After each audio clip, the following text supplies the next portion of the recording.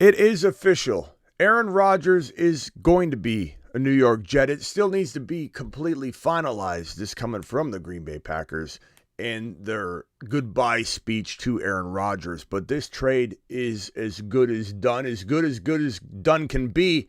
And we're here to talk about the impact to Garrett Wilson, to Breece Hall, to Aaron Rodgers himself, to the Jets defense now that they have a quarterback and gunslinger. What happens in that division? And also, as importantly as all of this, what do we now expect of Christian Watson now that we 100% know what his quarterback situation is going to be? What do we expect from Jordan Love? We're breaking down all this and more. The early kickoff of the 7 p.m. show. We're doing it live straight into the 7 p.m. show. We're about 20 minutes early, and we're doing it live. The Fantasy Football Show begins right now. FantasyFootballShow.com studios. It's the Fantasy Football Show. Live! Monday through Friday, 7 p.m. Eastern. From the FantasyFootballShow.com news desk, here is your breaking news. It's finally here. Finally, we have an official trade that is being executed. Not 100% official yet, but it's all agreed upon. It's all pretty much, a done deal, as much as a deal can be done without officially being executed. Both sides announcing it, and essentially this thing is underway. So we've got a lot to talk about. There's a lot to digest, a lot to break down. We'll kick it off with Aaron Rodgers. First of all, thank you for being in here. We've got 45 people in here at the jump. Please hit that thumb up button on your way in the door. It helps the channel. It helps your boy bring more breaking news, live shows. There's a reason I do what I do. A, I work for you. Okay. Number two, B, is you guys spreading the word, spreading the love, hitting the thumbs up button, hitting the comments after the end of the videos and dropping all kinds of comments. And I try and get back to every single comment in my YouTube videos after they post. So know that if I miss one of your questions, you can ask it. Ask it in the comments. Aaron Rodgers getting traded. Trade compensation package is as follows. Jets get number 15 and the Packers get number 13 in a two-pick swap. Okay, that's the first part of this trade. Not a huge move, but it is a big deal because the Jets, instead of drafting here, now draft here at number 15. Instead of the Packers drafting at number 15, they now move up to 13. This could potentially be for a wide receiver. We have to watch this very closely because a JSN landing in Green Bay, a Quentin Johnston landing in Green Bay, I kind of feel like a Jordan Addison too could be possible, will impact Christian Watson's value. So we have to look at that. We have to be cognizant of that. We have to be prepared for that. And as you hear all over the buzzwords right now, how ironic would it be? We've talked about this for months. If the Green Bay Packers or the Baltimore Ravens at 22 address the wide receiver position if those previous quarterbacks aren't in place. And Lamar feels like he's heading and trending toward returning to Baltimore. But ever since Odell Beckham Jr. signed, that hasn't really actually occurred. Things haven't gone in that direction as much as we thought it would after that celebration between Odell and Lamar on social media after Odell signed. But since then, it's gone kind of quiet.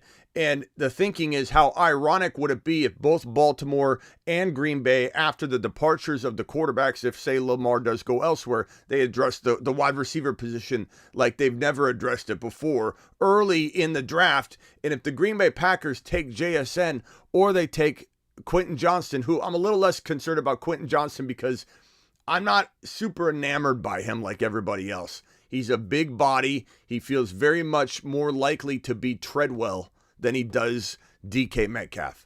I'm not saying he can't become the next DK Metcalf. I'm not saying Quentin Johnston's for sure a bust candidate for me.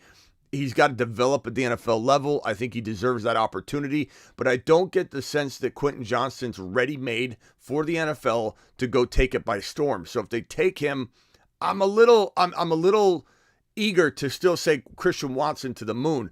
If they draft Jordan Addison, if they draft Zay Flowers, if the Green Bay Packers take JSN specifically, we have a little bit to be concerned about in terms of Watson's value, and then we have a lot to be excited about for Jordan Love. We'll take that as it comes. That is the first part of this trade package, that it is the 15 and 13 swap. The smaller part, but it is very impactful.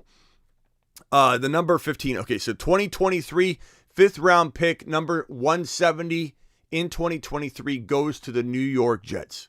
So they get a fifth round pick. They get that 15 overall downgrade two draft slots, and they get the fifth rounder. The Packers get the number 13 in that 2-pick upgrade, and they get the big part of it is the 2023 second round pick, number 42 overall. So if we take a look at this board right here, 42 overall, that is a very, very close to a first round pick. It's 11 picks away, 10 picks away.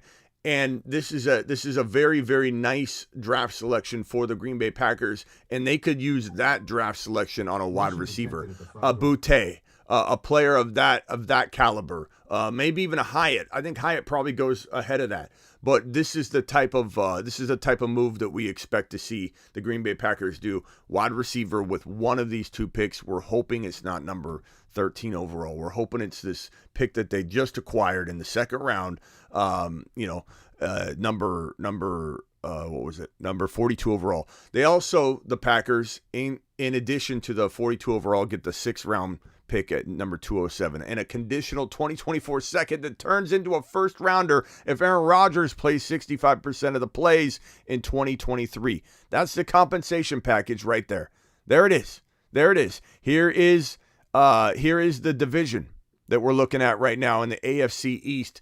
The Buffalo Bills, the Miami Dolphins, the New England Patriots, and now what was a lowly New York Jet roster that was just sitting there waiting for a signal caller to take this team to the next level. Now they have, in my opinion, the number 1 or number 2 defense in the entire National Football League, because a good offense, good field position, good running the clock out and not tiring out your defense is going to do wonders for this unit on the other side of the football, on the other side of Aaron Rodgers. So New York Jets are going to have a top 2 defense. They're going to have a top 10 offense. They're going to have a top 10 quarterback. They're going to have a top 5 wide receiver in Garrett Wilson. They're going to have a top 5 running back in Breece Hall.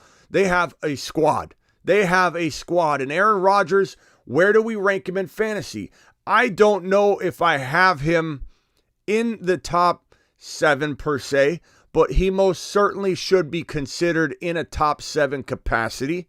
He's not my number 6. Trevor Lawrence is my number 6. If we go to the board and we map this out, and I've got, let's see here. Why is this doing this? Hold on. Let me go ahead and put this on screen here. There we go. If we go to the board and we get rid of all this stuff, this was for a video I did on trading draft picks, and it's a phenomenal video, by the way. Go check it out. Go check out all the videos around the YouTube channel. But if we go ahead and say,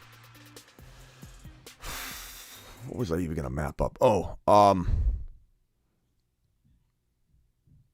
was I even going to do on the marker board? At this point, your boy Smitty's stretched thin. I'll just tell you that. Phone lines are also open if anybody wants to dial in. But I forget what I was even going to mark up on the marker board. Somebody remind me. Man, I can't wait until Thursday. Guys, we're live the entire day pretty much. I go live an hour before the NFL draft on Thursday. And then I stay live all the way through the first round. And then I'm live probably an hour or so after to break it all down. Okay, so you don't have to go anywhere but here to get your first round NFL draft coverage. Your boy has got it on lock. What was I going to mark up on the marker board? Someone remind me. I was right, Smitty. Win for all. I was right, Smitty. What were you right about, Ethan? I don't know. I don't remember what you said, so you'll have to remind me. Quarterbacks. Thank you, Mike. Ethan says I was right, Smitty. What? That Aaron Rodgers was going to the Jets? If that's what you thought, Ethan, you weren't alone. Congratulations. Ethan was right. He said Aaron Rodgers was going to the Jets. Mashed potatoes. Where's my... Hold on a second. We got to get this all squared away here. We got to get this all squared away. There we go. Okay, I think we're all set now. Ethan called it. He said Aaron Rodgers would be a Jet. Ethan to the moon. Ethan, I don't know what you said. You'll have to remind me. I'm sorry if it's something else. All right, QBs. This is what I was going to say. So let's not act like we're going to argue these top four quarterbacks. Okay, so whether it's Hurts, Burrow, Mahomes, and Allen, let's not argue about these big four quarterbacks. Okay, Fields is right here. I wouldn't even put a tier break because he can definitely dance with these guys. Actually, let's just make it the big five. Let's give Fields the respect he deserves. This is the big five. Then after that, it is T-Law for me. For me, I can understand anybody and their mother, their grandmother, anybody. I said love Rodgers, Jets, Packers, everyone wins. I know Ethan, but it was just funny because, like, Ethan, this is not... I called it! Ethan, I called it! I called it, Ethan says. Mashed potatoes! Come on, Ethan. Ethan, you can call in a minute. Ethan's calling the prediction. He's taking ownership of it. He saw it coming from a mile away. Ethan to the moon. To the moon. Ethan. I called it, Schmitty. Okay, so T-Law is number 6 for me. I don't care if you don't have him 6. I don't care if you have Lamar 6. I don't care if you've got Watson 6. It's okay to argue number 6. What you can't argue is this big 5. You can't argue the order of it for sure. That is a blender situation. But this is the big 5. Don't come in here and tell me you don't have this as your big 5. Unless you're what's his name? Jake the Snake, who thinks Watson's in this top 5. He's not. We've already debated that till we're blue in the face. We don't need to go there. But if you've got Watson, if you've got Lamar, if you've got T-Law, you got A-Rod here, it's arguable. A-Rod is certainly in this conversation of number 7 or number 6. Lamar is certainly in this conversation. If you want Watson in this conversation, you can put Watson in this conversation. Absolutely. It's up to you. You can do whatever you want.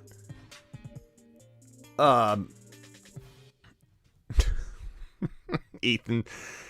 I was right, Smitty. I'm sorry, Ethan. I just can't. I can't let it go. It's just... I called it.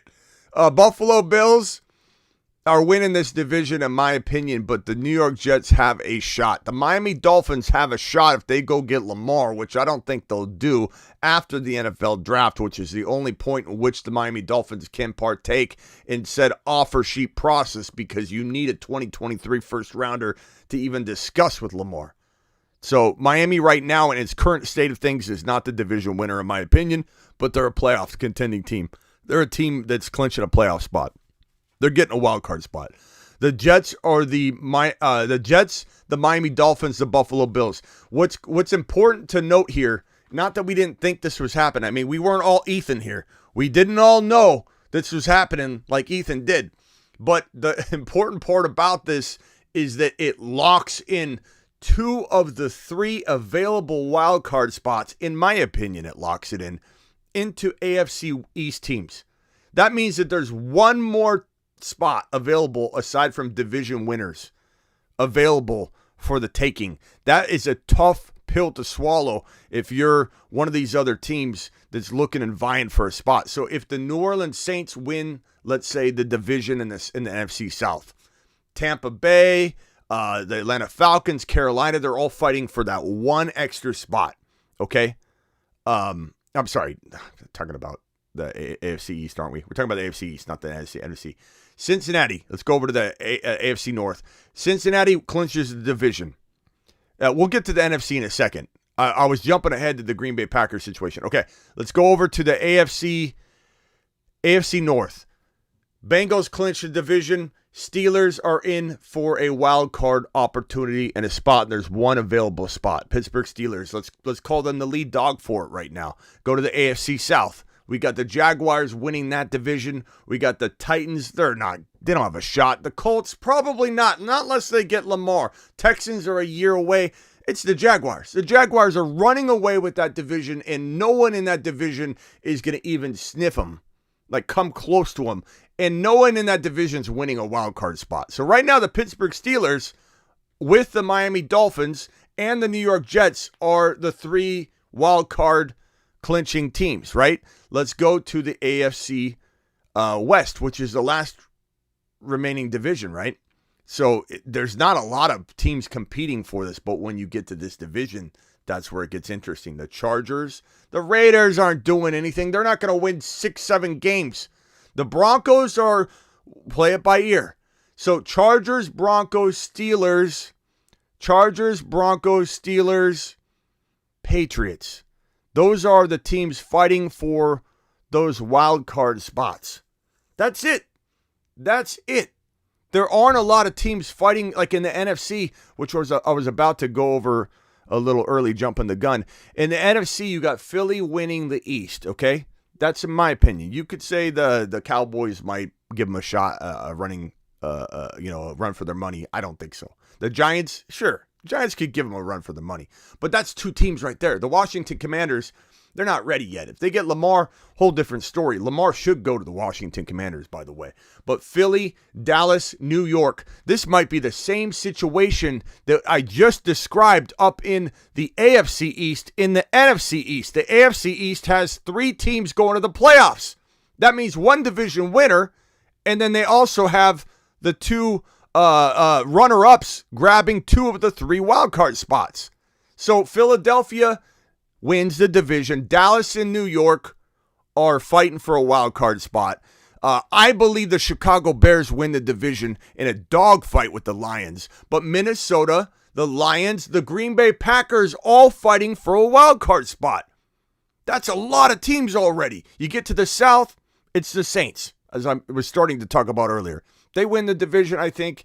I don't think Tampa Bay looks good this year. I don't think Carolina's They're developing their young quarterback that they draft. The Falcons, if they get Lamar, they're in it. If they don't, they're doing good things. They're throwing the football to Drake London. They're making Kyle Pitts look like a bounce back candidate, but I don't know that they're cracking a wild card spot or seed. The Niners probably win the division, but Seattle's going to give them a run for their money, especially if they draft Anthony Richardson at number 5 and they have that quarterback position on double lockdown. So the Rams, who knows what they do? Let's call them an outlier that probably won't do anything. The Cardinals, they're not doing anything this year with Kyler Murray out for half a season. So the Niners, the Seahawks, the Packers, Lions, Vikings, Giants, Cowboys. There are so many NFC teams fighting and vying for those wild card spots. This is crazy.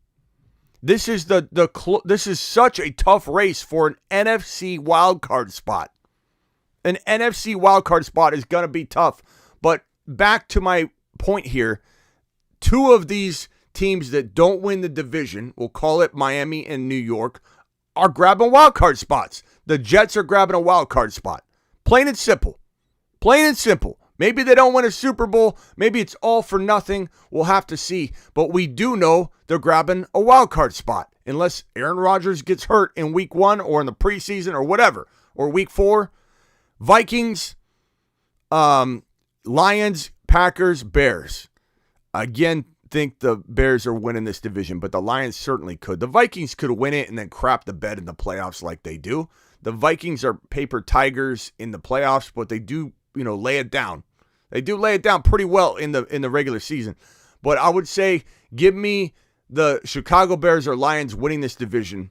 And let's talk about the impact real quickly to Garrett Wilson, Breece Hall, and then we're going to swing on over to Jordan Love, Christian Watson, and in that situation a little bit. And then we're going to open the phone lines, take your phone calls. Breece Hall to the absolute moon. Breece Hall's going to have a season with a quarterback like Aaron Rodgers. Think about what Aaron Rodgers has done for the career and development early on for Aaron Jones. Think about the as of late, the amount of passes this guy's pulled in, the involvement he has in the offense, the fact that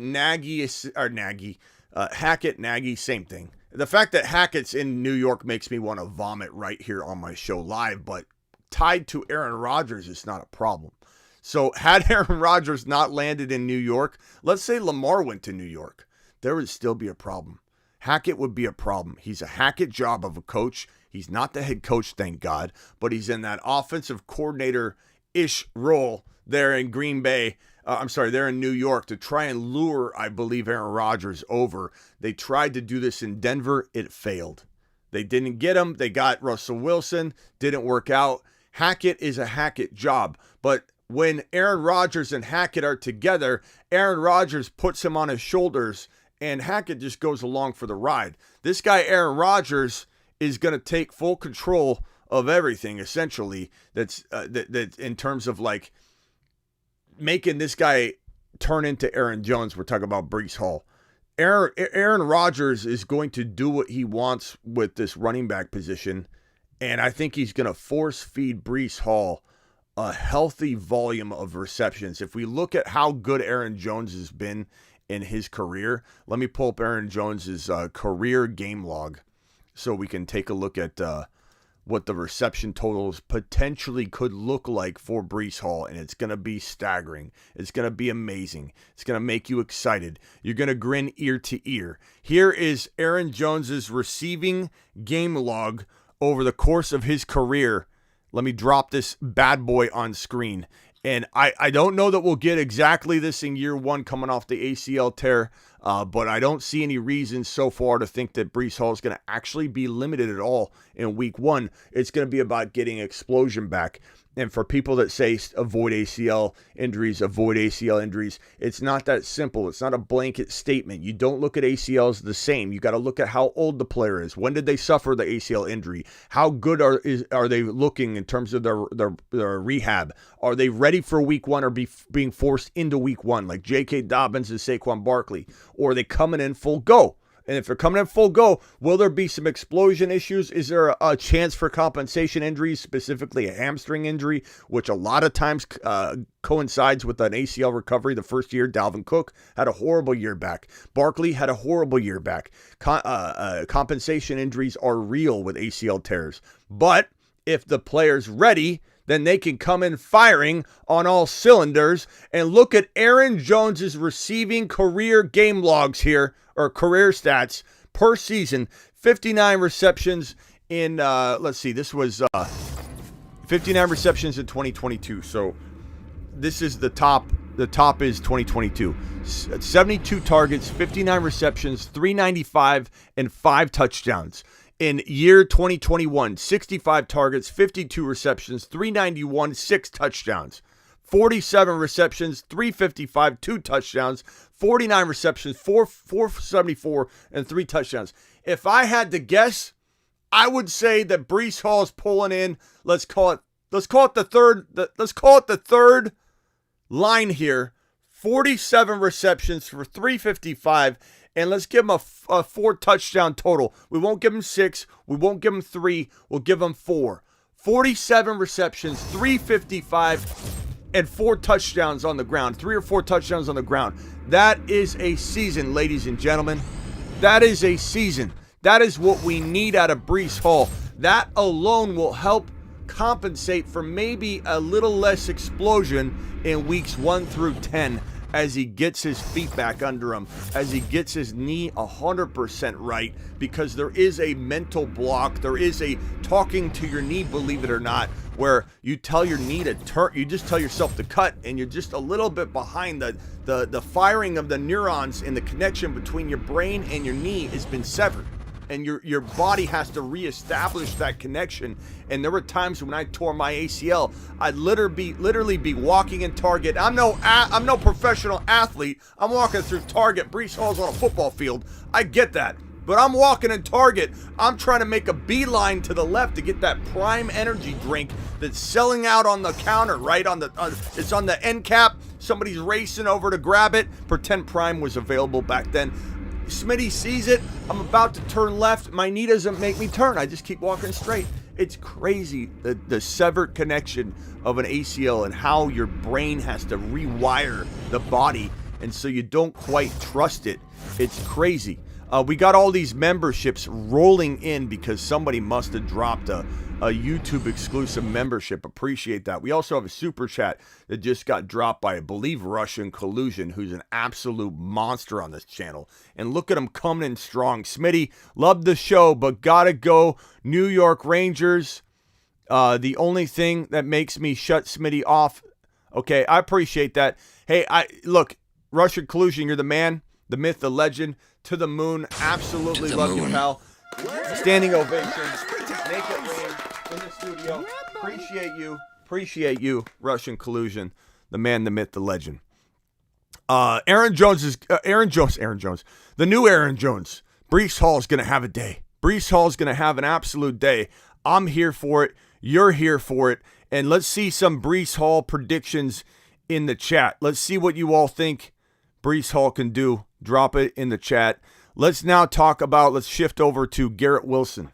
Garrett Wilson's a top 5 wide receiver in the making. The problem with Garrett Wilson right now is his ADP is climbing into a near ridiculously high range that makes it very tough to invest in Garrett Wilson because we're expecting the world. And can he produce? Absolutely. Can Garrett Wilson be what we want him to be in this Green Bay, or in this New York Jets situation led by former Green Bay Packer quarterback Aaron Rodgers? Can we expect Aaron Rodgers to do what he did with Devontae Adams for so many years, Jordy Nelson for so many years, and what he just replicated as he does over and over and over, no matter what the situation is, with Christian Watson, who we'll talk about in a minute?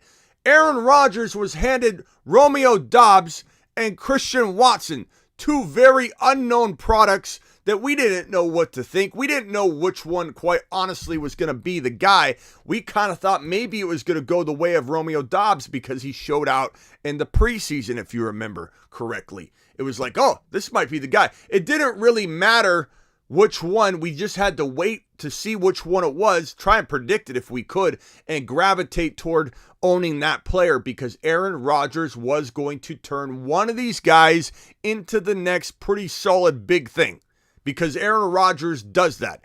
Time and time again, Aaron Rodgers turns a wide receiver into a monster. It's what he does on his resume. It's wide receiver maker. This guy's a wide receiver maker, a top 5 to 10 wide receiver maker. The question is, and we'll get to it in a second, did he have enough time with the putty that was Christian Watson to turn him into a monster before he departed for New York? Did Jordan Love get left with a complete wide receiver or a partial build that we'll see unravel in 2023? I'll get to that in a minute. I think you know where I stand with that. Garrett Wilson is already in the same, stratosphere of what Christian Watson was last year under the command of Aaron Rodgers. So you have to ask yourself, how good is Garrett Wilson? Because Garrett Wilson didn't have Aaron Rodgers like Christian Watson did. If Christian Watson was handed Jordan Love last year before Christian Watson was fast-tracked by Aaron Rodgers to become the wide receiver he's become, I don't know that Watson would look anywhere near as appealing as he does right now entering 2023. However, Garrett Wilson does. Garrett Wilson didn't have Aaron Rodgers. Garrett Wilson still projected by us to be a top 5 to 10 wide receiver no matter what his quarterback situation unfolded into. We still saw 5 to 10 wide receiver numbers no matter what. Even if Mike White came back to be the signal caller, even if they went Derek Carr, we saw Garrett Wilson as a top 5 to 10 wide receiver no matter what.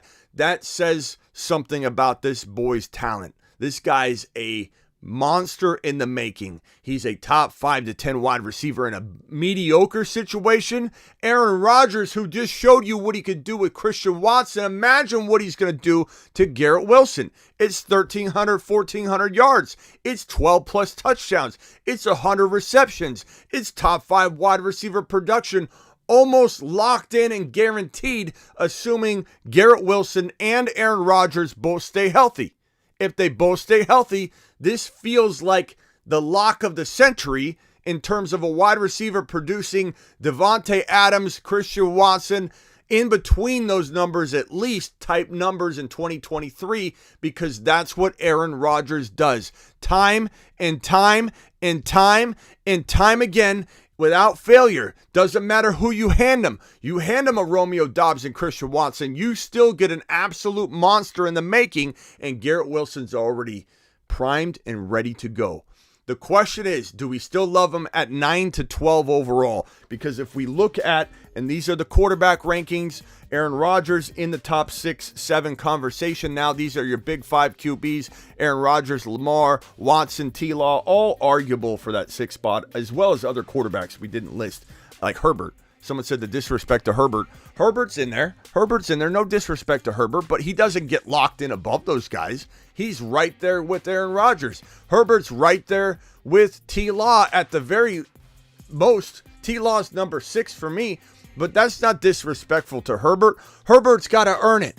Herbert's got to get a wide receiver. Herbert needs JSN. Herbert needs Bijan Robinson. Herbert needs Jahmyr Gibbs. Herbert needs maybe Dalton Kincaid. Herbert needs maybe Mayer. Herbert needs something before we start locking him back in above T-Law. Thank you very much. So we have to ask ourselves right now, right here and right now, where do we draft Garrett Wilson? And if we put Garrett Wilson, let's say, into this 10 to 12 territory. Let's say this is where Garrett Wilson is locked into. Is it worth it? Are we reaching too high? Is this a territory that's going to burn us? Is there any upside left for Garrett Wilson at 10 to 12 overall? The answer is yes and no. The answer is similar to when you take Tyreek Hill at number 5 overall. Does it mean that it's bad to take him there because he can't really outperform number 5 overall? Is it still worth drafting Tyreek Hill? Yeah, it is. It's still. I'd rather trade this down and get me a Kenneth Walker in round 2, and then on top of that trade down, get a Watson in round 4 for doing that. Give me Kenneth Walker and Christian Watson all day long over just Tyreek Hill. Understand what I'm saying?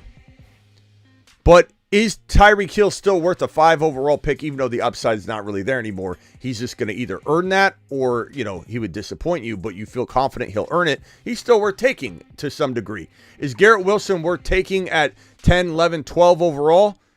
He certainly is, but there is no more Olave upside. Chris Olave, the difference between Chris Olave and Garrett Wilson is crazy different now. It doesn't mean we don't like Garrett Wilson. It just means they're completely different players because of their cost of entry. If Chris Olave is going right here and Garrett Wilson is going right here, who's the better value? The answer is Chris Olave by a lot, by a mile. Like, they're not even in the same ballpark anymore. This is a top 5 wide receiver in round 3, people. A top 5 wide receiver in round 3. This is a top 5 wide receiver in the top 12. There's a huge difference. There's a huge difference. And it doesn't mean I don't love Garrett Wilson, but the value, the home run value's gone. And it's all about, do you think he could still earn it? The answer is yes. Doesn't mean I don't like him. I love Garrett Wilson. I'm drafting him in a bunch of leagues, but he no longer has that ability to win you a league, hands down. He can just very much put you in a good position. Whereas Olave can absolutely smash. Absolutely smash. Smitty, rant. I love it. Appreciate you, Russian collusion. 170 people in here. Punch that thumb up button. Wrong, it's Wilson. I don't know what you mean. What's wrong? What's possibly wrong? How could I be wrong about saying that Olave as a top 5 wide receiver in 3 is a better value than Wilson as a top 5 wide receiver in the top 12? How is that wrong? What's wrong is what you're saying, bro. Wrong. Muy mal. Tell me I'm wrong. I look. You think Wilson will be relevant with all those receivers? Yeah, the receivers are Lazard, and yeah, of course he'll be relevant with all those wide receivers. Garrett Wilson's going to be a monster, but he's going to have trouble exploding from his ADP. How can he explode from this? He can only earn it, which he can totally do, but like Tyreek Hill, Garrett Wilson now is in a territory where you're paying what you get. You know what I'm saying? You're just excited. No problem, bro. You don't need to shed any tears on this channel. We're all family here, okay? Family bicker once in a while. But all I'm saying is Olave's a moon man. Garrett Wilson's a moon man. They're all moon man. Everybody wins. Everybody wins tonight. And get on over to Underdog Fantasy, promo code Smitty, okay? Because we're going to be drafting not tonight but tomorrow. And I want to make sure you're all prepared and signed up using promo code Smitty. Do it live. Do it now. Get ready for drafts. We do drafts every midnight on those days, the Tuesday, the Thursday, the Friday, the Saturday. We may change the Tuesday one and go live on Thursday, Friday, Saturday and do the Panic Chamber every single Tuesday, late night, evening. We might end up doing that. I don't know what you guys' thoughts about are on that. I know you guys love to draft. I know you love to draft, but who's here for a consistent every Tuesday night Panic Chamber over best ball drafting on Tuesday night? Can you guys vote in the chat for me? I know a lot of you love drafting, but we still draft more than pretty much most channels out there, you know, especially the way we do it multiple times, you know, multiple drafts back to back. A lot of people do one draft. We could do more than one draft. Maybe on Thursday, Friday, Saturday, we do 2 best ball drafts and we keep it tight. Thursday, Friday, Saturday, very simple, very easy to remember. Tuesday nights, late night, are Panic Chamber nights. Let me know what you guys think on that. I pinned that link for Underdog Fantasy, so go ahead and click that. Fields 5K total offense in 2023 says peanut butter and waivers. Honestly, bro, we'll have to see if he can hit 5K. I think, 3,600 passing yards, 900 to 1,000 rushing is certainly, possible for him. Space Ricky says Panic Chamber. Mike White and Joe Flacco. Now he has Aaron Rodgers, top 5 wide receiver. Absolutely, Lion. No doubt about it whatsoever. Smitty, take A-Rod trade after June 1st was never going to happen. Smitty, take A-Rod trade. I don't know what this means. Smitty, take A-Rod trade after June 1st was never going to happen. What's that even mean, Sloth? I don't know what that means. Herbert with Zay Flowers leaves Fields in the dust. I don't know that I would say that, pal. I don't know that I would say that. Fields is going to explode. You're just a Fields hater. You're just a Fields hater, Jake. Be honest about it. That's what you are. It's okay. Just own it. You're a Fields hater, and you can't accept that Fields is going to have a great year. Please elaborate on Olave being a top 5 wide receiver. I'd love to hear it. Let me show you a little something. The Moon Men, dropping loads in outer space. This guy, Chris Olave, is one of the first wide receivers added to the Moon Men list. Space Monsters. Garrett Wilson was the first wide receiver added to the Moon Men list. So I don't want to hear any negativity about Garrett Wilson. And I don't want to hear that your boy Smitty is being negative when I say that Garrett Wilson is not as valuable dollar for dollar cost of entry than Olave anymore. That's pure logic. That's just plain logic. If you could trade your number 8 overall pick where you're drafting Garrett Wilson for Olave and let's say a Breece Hall, like you get 2 third-rounders for your number 8 overall, and you give up, let's say somebody just had 2 third-round picks, okay? You got 2 third-round picks, you gave up your number 8 overall. That person took Wilson at number 8, you took Olave, and let's say a 3rd and 4th rounder. You took Olave in round 3, you took Christian Watson in round 4. You're telling me you wouldn't rather have those 2 players, a 3rd and mid-4th round pick for Garrett Wilson? That tells you the values are just different. Doesn't mean Watson's not a moon man. The Moon Men, dropping. Doesn't mean Watson's not a Mars man. He's on a shuttle to Mars. Mars man. Garrett Wilson's a Mars man for a reason. Loads dropping and spinning aimlessly in space. Olave's a Mars man for a reason. The values are just different. Olave's just got more upside at this point in terms of cost of entry. You got to just accept that. You can't get overly excited about Garrett Wilson right now and say, oh, Garrett Wilson's worth an 8th overall pick as much as Olave's worth a 3.4. Olave crushes 3.4. Kenneth Walker crushes 2.10. If I had to rank who's more valuable, Walker at 2.10.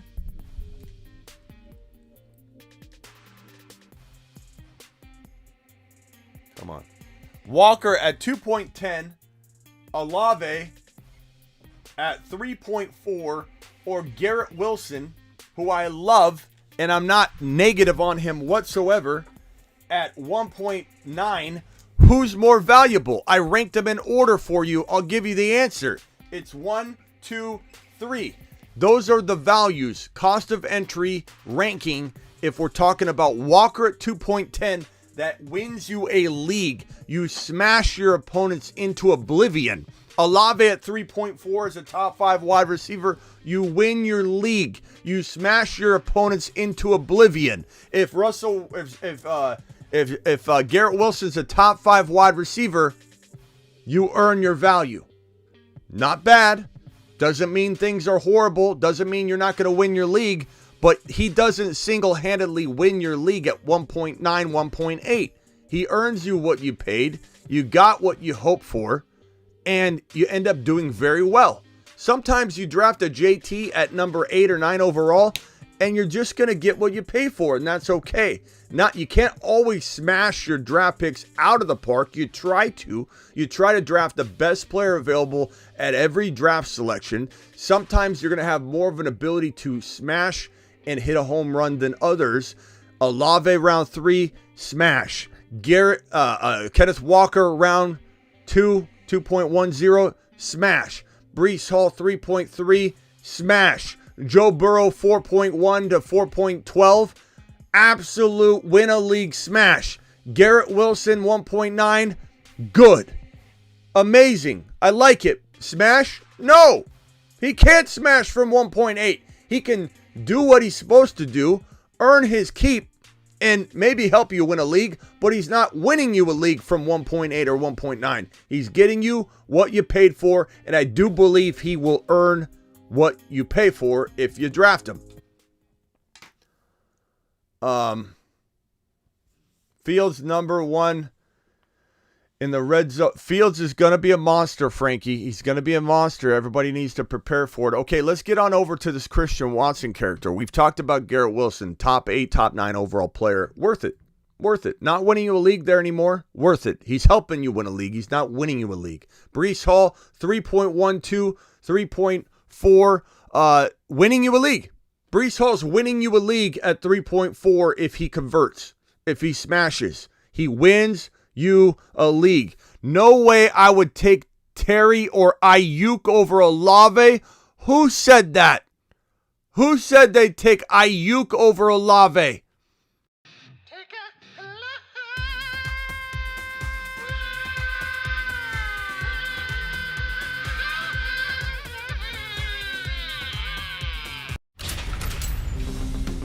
You've just been Smitty disapproved.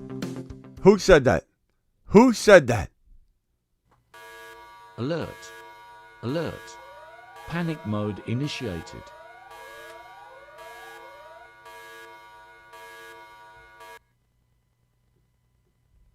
Is this it right here? Is this it right here? Goodness gracious, is this it right here? Hold on. You draft Olave where Scary Terry goes or Brandon Ayuk. What is this, David? What is this doing on my show? What is this right here, David? You draft Olave where Scary Terry and Brandon Ayuk go. Ayuk doesn't hold Olave's jockstrap. What are we talking about here? What in the world are we talking about with this, David? Alert. Maximum levels reached. Prepare for transformation. Alert. Maximum levels reached. Prepare for transformation.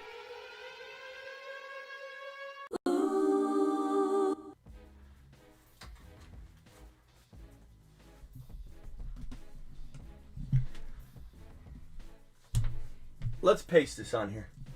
David, first of all, my phone line is open to you if you want to call in for some therapy on this one. You draft Olave where Scary Terry goes or Brandon Ayuk. Brandon Ayuk. I'm not saying Brandon Ayuk's garbage or trash, bro, but Brandon Ayuk is in what round? 7, 8? I don't even know where Ayuk's going. It seems like 7, 8, 9, I would probably say. McLaurin's going in around 5, 6, I don't know, 6, call it around 5 or 6. I don't know, maybe if he's lucky, if he's having a good hair day, maybe he goes around 5. But Olave is a third-round win-a-league monster, David. He's a third-round monster, David. This is a guy that wins you a league, David.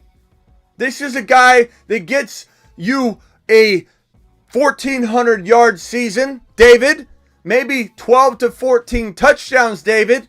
And maybe he gets you, if he has a bad day, David, 90 receptions, 95 receptions instead of 100 and 110.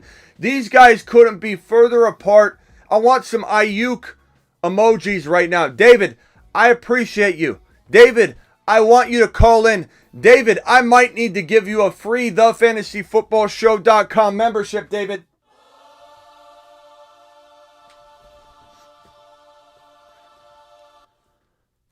I have not read something that has worked me up in a long time like this thing has right here. It's like comparing a steak sandwich to Taco Bell beef. That's like saying you eat a steak sandwich when you want a Taco Bell, beef. Have you ever seen how Taco Bell beef is made, bro? They're packets, they're frozen packets. They take those heated water bins, those metal bins. They put boiling water in it. They take a frozen packet and they dump the meat in it, and the boiling water cooks the meat real quickly. They stir it. They put it on the tray. They don't even cook it. It cooks with the boiling water. You're comparing Brandon Ayuk Taco Bell meat to a steak dinner Olave. It's not even close. David, dial into the show. I'd love to hear from you. And I'm not going to rip you apart or anything like that. I just would love to hear the rationale, the logic. Phone line's right here if you want to dial in. I'm more than willing to throw you in here real quick. Okay. Goodness gracious, guys. You see something like that and it's just, your whole day gets twisted upside down. Dial into the show. Call into the show. Call into the show.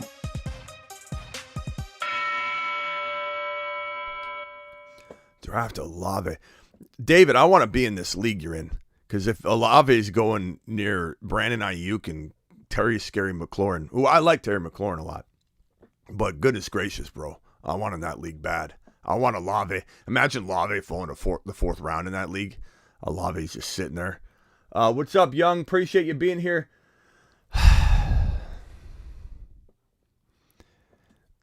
Dial in. Thank you, Russian Collusion, for the super chat. Thank you. LO Taco Bell meat. Taco Bell is a little underrated. Doesn't mean that I don't like Taco Bell. Let's go to the voicemails while we await some phone calls. This is Terry Roberts. Well, let me be the first to drop some A-Rod voicemail on here, Smitty. Now that A-Rod is going to the Jets to open up that offense that we're all excited about, does anybody take a hit from a positive standpoint in fantasy? No one takes a hit by this move. The only hit that would have been potentially, present is if Aaron Rodgers didn't land in New York, and everybody takes a hit in New York. Everybody. There's no negative from this situation in New York. And honestly, it's a positive in Green Bay too, because even though we love Christian Watson with A-Rod, I have a feeling that Jordan Love's going to force feed him. And maybe, just maybe, this team is behind in such a way that they're in the game but behind, and they're throwing the ball a ton in the third and fourth quarter. Maybe Watson matures and carries Jordan Love in a way. And Watson was so brought along quickly. And let's put Watson up on the screen here because it's time to talk Deshaun. it's time to talk Christian Watson and what his impact is going to look like with Jordan Love. I don't think it goes down. As I said earlier, when we first dropped this Moon Man list, The Moon Men, dropping loads in outer space. if you remember when we dropped this Moon Man list, there were a couple worries and concerns, right? Spaceman A says. lot of these guys didn't have a quarterback. Wilson didn't have a quarterback. Breece Hall didn't have a quarterback. And Watson, we weren't sure what was going on with him. We still are a little worried about Pitts and London's quarterback situation. We thought that would get solved by Lamar Jackson. But now this has been resolved. It's been resolved. Maybe Ritter's really decent. Decent enough, you know what I'm saying? Watson, I'm not. This is the least. I was so not concerned about Watson being handed Jordan Love because that's one player, and I think he'll do well there. I was more worried about these two gentlemen, Hall and Wilson, taking a big tumble down a hill, a big tumble without a good quarterback, versus Watson getting a good quarterback. He has a good quarterback by default. So nobody takes a hit, bro. We got a couple super chats in here. Let me put those on screen here. We got Isaac dropping a super. We got Rock Out dropping a super. Collusion dropped another and says, Smitty rant, love it. Appreciate you, Collusion, dropping 2 super chats here. Isaac says, Mecole Hardman with this trade. I'm not counting on Mecole Hardman at all until he proves he can stay healthy and relevant. So I'm not even worried. He's not even healthy right now. He's actually not healthy right now. He's normally not healthy, and he's not healthy right now. Mecole Hardman's a special teams potential project to me. It's Lazard. It's Garrett Wilson. I'm not concerned about Mecole Hardman at all, and Lazard shouldn't be either. 20K subs by June. On my birthday, says Rock Out. I'll drink to that, Rock Out. Appreciate you, buddy. Thank you, Rock Out. Rock Out dropping the super. Let's get to 20K by June 30. I think we could get past 20K by June 30. Easy. We're at 18K, I think, probably tomorrow we hit 18K. Isaac, thank you so much for your super chat, my man. Not worried about Mecole at all. If you like Mecole, trust your gut. But me, I'm not going near Mecole Hardman at all. No thoughts whatsoever about Mecole. Jim! Hey, Smitty. NFL draft is this week. Can't wait to see what's going on. It seems to be a consensus that Jackson. I'm live during the entire NFL draft, an hour before the NFL draft, and I'm live through the entire first round, and then I'm live an hour or so after, depending on how long we go, just naturally, to talk about the landing spots and reactions to everything. So if you don't have anywhere to be on draft day, I'm your home. I'm where you should be. Let's do it live. Jackson Smith, can't wait to see what's going on. It seems to be a consensus that Jackson Smith-Njigba is the wide receiver 1 in this class, but I was wondering, in your ranks, who do you have as the wide receiver 2 in this year's class? My wide receiver 2 is Zay Flowers, if he's not quietly my number 1 wide receiver. I'm going to try and bring a couple big dogs into this live stream, by the way, so hang tight while I send out a request to see if I can get these 2 guys in here. Hold on 1 second. Let me just find this chat. Where is it at? It's somewhere around here. I got to send this invite to my boys who might be coming in here, hopefully soon, to talk a little of this on top of some other things that I wanted to bring up with a couple former NBA players. So let me see if I can send this link to these guys. Let's see here. Let me send this over to myself. 1 second, guys. And see if I can get these guys in here. But there is no downside to this trade. There's no downside at all whatsoever to this trade. If you guys can join. Let's go over to. Oh, I was listening to this message here. This is from who was this? Jim, I'm sorry. Hey, consensus that Jackson Smith-Njigba is the wide receiver 1 in this class, but I was wondering. Yeah, who's the number 2? Zay Flowers. Zay Flowers is my number 2. Addison could be. If Addison's in the right spot, I love Jordan Addison. Jordan Addison's going to go to the moon if he goes to the right location. Where's the right location? Chicago would be cool, but they don't have a draft slot for that. Looking at the NFL draft, I would probably say. I'd probably say Jordan Addison's going in the 11 to 21 range. The Chargers would be phenomenal for Jordan Addison. Zay Flowers would be phenomenal. Jordan Addison, Flowers, or Quentin Johnson, even though I doubt Quentin Johnson a little bit.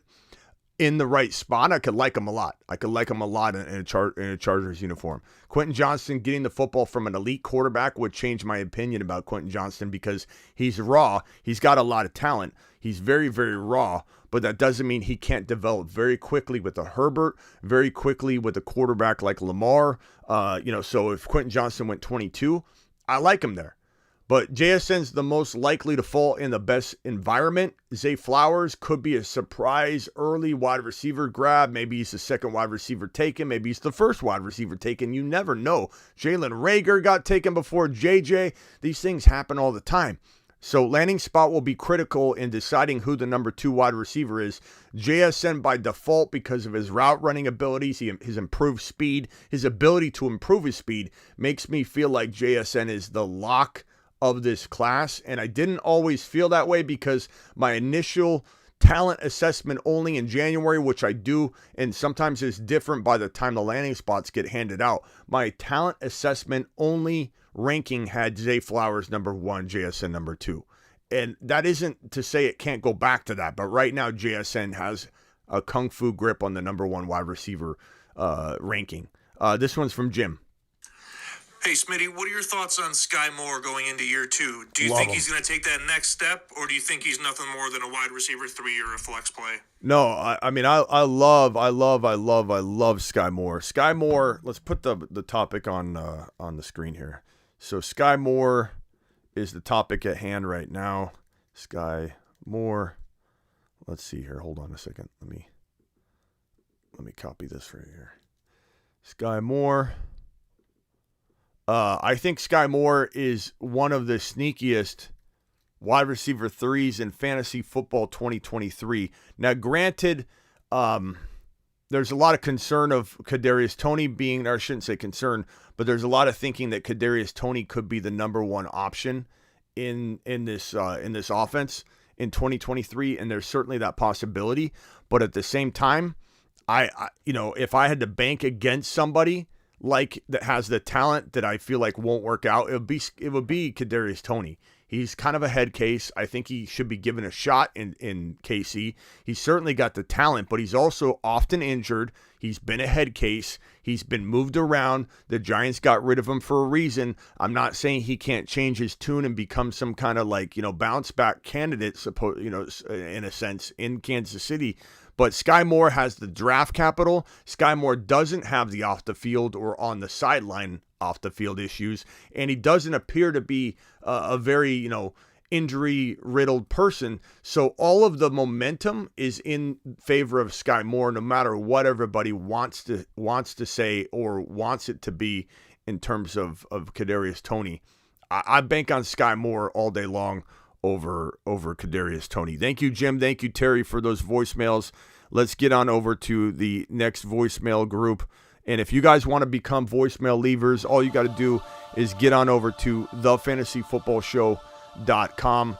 I'm sorry, get on over to Instagram.com/thefantasyfootballshow, or just on your Instagram app, search for The Fantasy Football Show. You probably already follow your boy. And if you click subscribe on my Instagram profile, you can become a voicemail leaver. All you got to do is DM me after you do this. It's $4.99 a month. And you have daily voicemail access where you can drop a voicemail, multiple voicemails, every single day on the show. You want to get an answer from me every single day on this show, hearing your voice, your question, just become a $4.99 subscriber and send me a DM after you do it, and I'll throw you on the channel. Kevin! Finally finalized. I'm glad they got that done, because now we can move some stuff around and both teams can see what they need to draft. Yeah, appreciate that, Kevin. B-Man. You mentioned that the Bears were a good landing spot for the rookie running backs, Gibbs, Charbonnet, etc. Do you think it's going to be too much of a committee with Foreman and Herbert and then a rookie running back if there's too many cooks in the kitchen? What do you think? I don't think this is if the Bears draft Charbonnet, especially Bijan, I don't believe there's too many cooks in the kitchen in Chicago. I believe there's only one cook in the kitchen, B-Men, and that's Charbonnet or Bijan.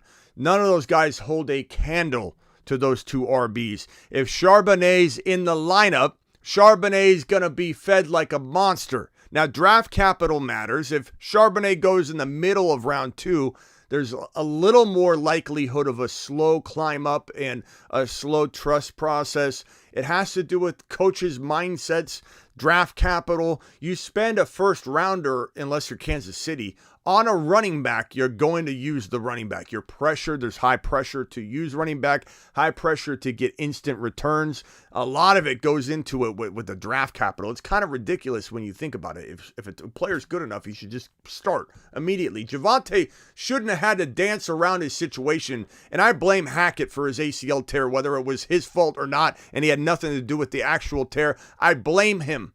I blame him for Javonte not getting a chance to do what he should have done in week 1. And we wait and we wait and we wait. He tears his ACL, and then Hackett's begging a running back to take all the work when Javonte's already out of the picture. I blame Hackett for that. I can't stand Hackett for that. And so, back full circle, I get so caught on a tangent. If Charbonnet is drafted, let's say, and even traded up for, the Bears are going to use him, I think, even if he's the second round draft selection. I think he rises to the top very, very quickly. If the Bears take him at 9, Bijan, they take Bijan at 9, they're using him. There's no cook in the world that can compete with Najee getting his share at the grill, his time at the grill in the kitchen. No one's taken away from that. He is the only cook, the solo cook. Everybody else is a bench cook. An alternate. This guy's the only cook in the kitchen. Charbonnet, Gibbs, Bijan, these 3 monsters, wherever they go, they should have no problem solidifying the lone starting gig unless they land in a very cloudy situation with a very bad coach like Hackett that could screw it up. There's always that possibility, but hopefully the Jets don't draft a running back and put us in that position, because Hackett would potentially be in that situation. All right, let's go to Wilson. Wilson. I was in a chat today, and someone told me that Bijan is the same level player as Noshawn Marino. I never laughed so hard in my life. That it's kind of like, no offense to whoever that was, David, that said that you draft a lot. David, I hope you don't leave the channel and get mad at me because I'm poking a little fun at you, David. David, call into the show, by the way, please. I want to make up, David. I want to make up. I'm sorry I got a little hot and bothered by your comparing Olave to McLaurin and Ayuk. Comparing Olave to Ayuk was just blasphemy. But yeah, I mean, comparing Noshawn Moreno, like when people make weird statements like that, oh, this guy's going to be so good, they try and give you an underhanded compliment and they end up insulting the player. The next Noshawn Moreno, what the heck's wrong with this guy? Bijan's going to be an absolute monster. Thank you, Wilson, for dropping that. Let's get on over to the other and final voicemail group. This is Johnny. What's up, Smitty? Hope you're having a blessed day. I am. I was just going to get your thoughts on DJ Moore. Thanks, man.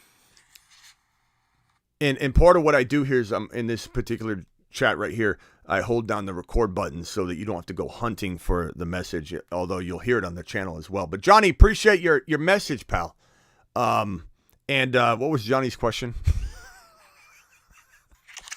What's up, Smitty? Hope you're having a blessed day. I am. I was just going to get your thoughts on DJ Moore. DJ Moore. Thanks, man.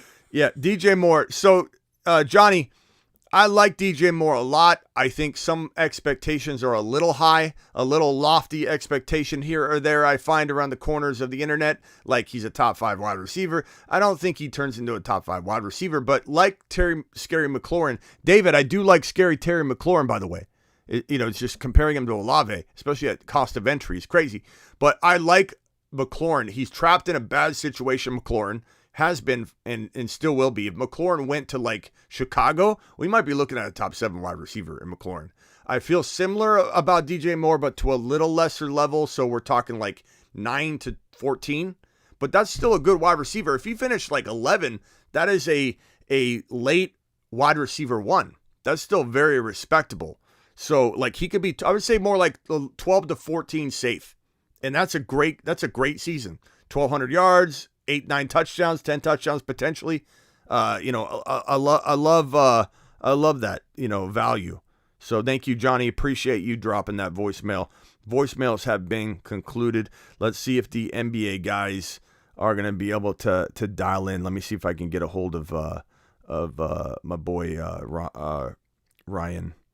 Let me see if I can get Ryan on here.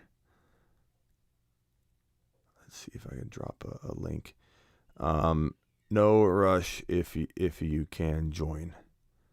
And I'm going to hopefully get one of these guys in here, if not both of them. It'd be a pretty fun little live stream to talk to two people that, been professional athlete or are former professional athletes, and just kind of discuss, this situation. Also, and I want to talk to them about Lamar and Lamar's contract and not having an agent and all that.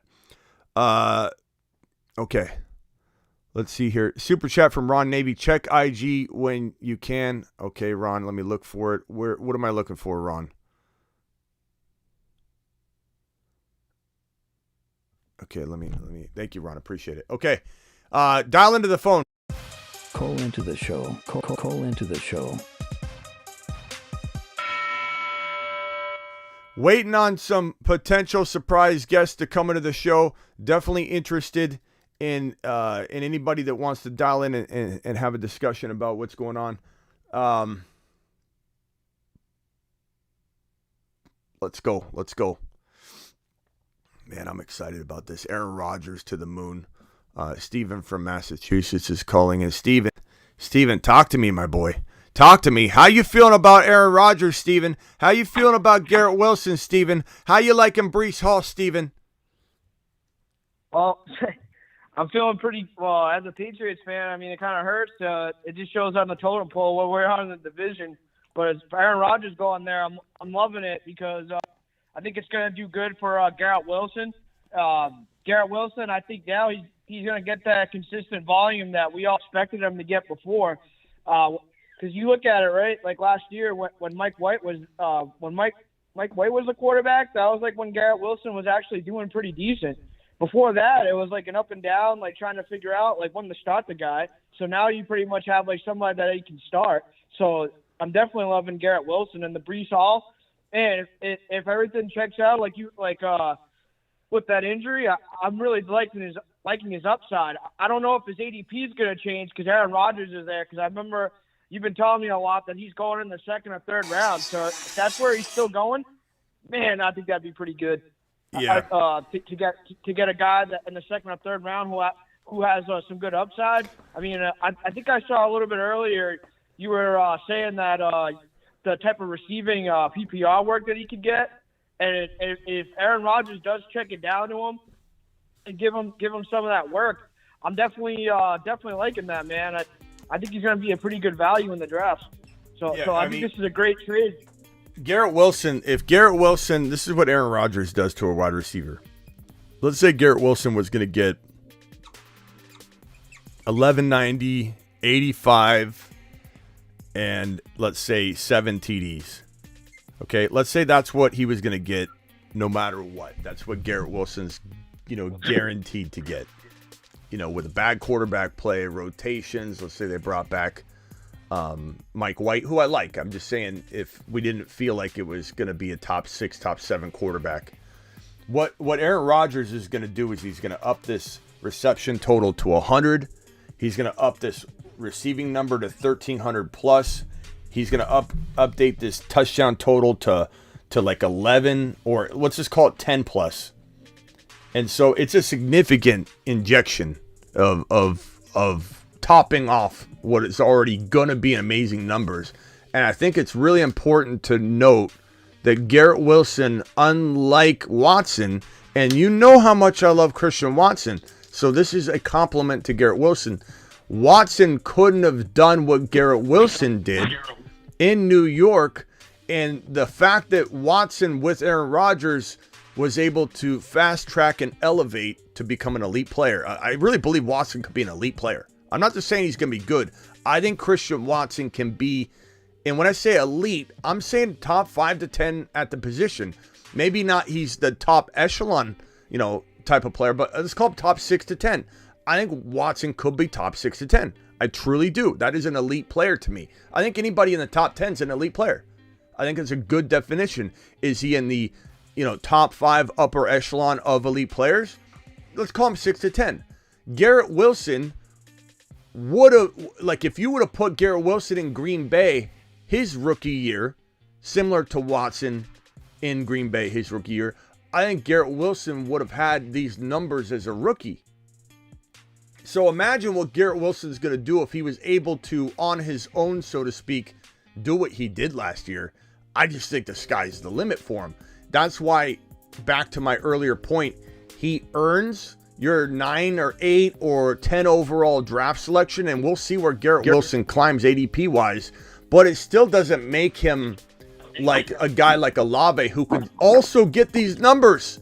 Olave can also, it's not like Olave's going to get a lesser amount, and then you got to weigh out Garrett Wilson at 9 overall with better numbers versus Olave at 3rd round value with a little lesser numbers. Olave could outscore Garrett Wilson. It wouldn't shock me if Olave was wide receiver 3 this year.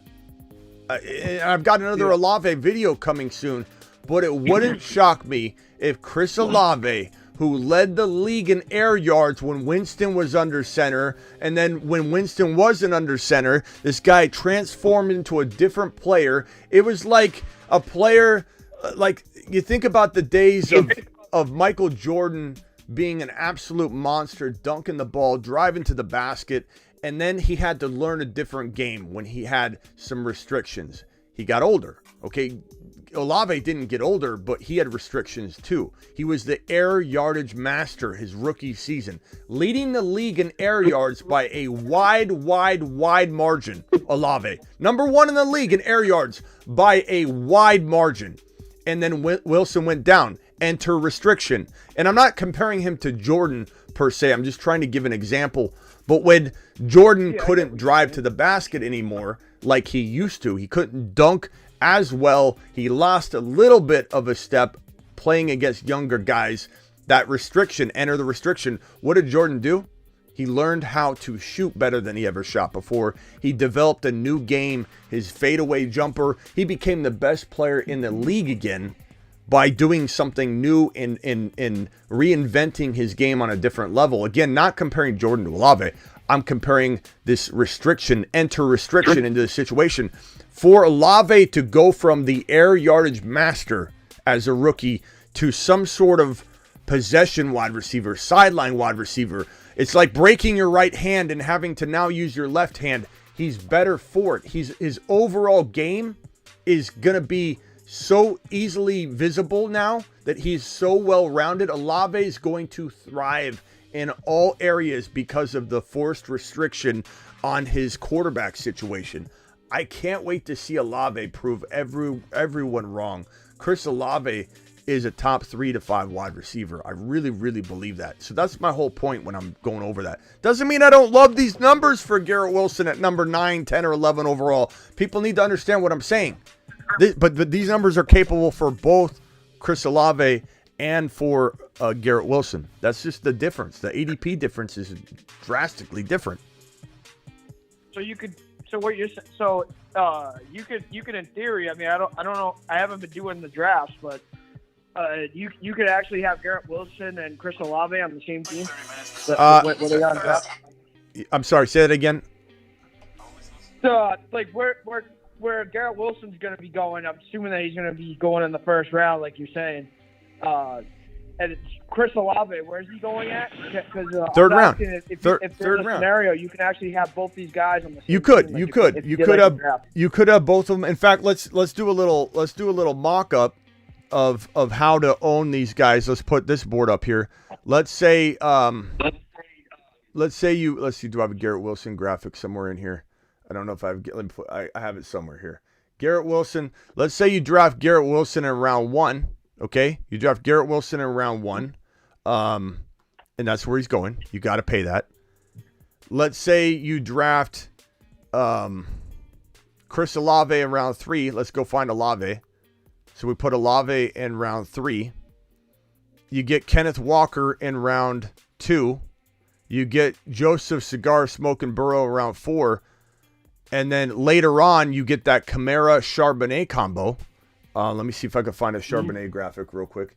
Tell me you're not winning your league. Tell me not only is this a great team, This is someone call in and argue that you're not winning your league. Let me find my Charbonnet. Where's my Zach Charbonnet graphic? Hold on a second. All right. Zach Charbonnet. Or if you think about it too, you could even get Jahmyr Gibbs because I forgot. Of course. They were saying that I forgot what team it was. That there's like one of the elite teams. I think that's like trying to bring in Jahmyr Gibbs. Many teams. I was going to go live on Jahmyr Gibbs only. I'm going to have to do a separate video on that. Let's say you get Let's say you reach for Charbonnet in round 5 because you're just a petrified Peter. Yep. You're a petrified Peter, and you think that Charbonnet is going to get snagged. So you pull a quick reach, and you reach hardcore. Alvin Kamara. Let me pull up an Alvin Kamara graphic and put Alvin Kamara on. So this would be a phenomenal squad. I dare someone to call in and argue that this isn't the kind of team that you literally walk to the bank and ask for an advance on your entry fee.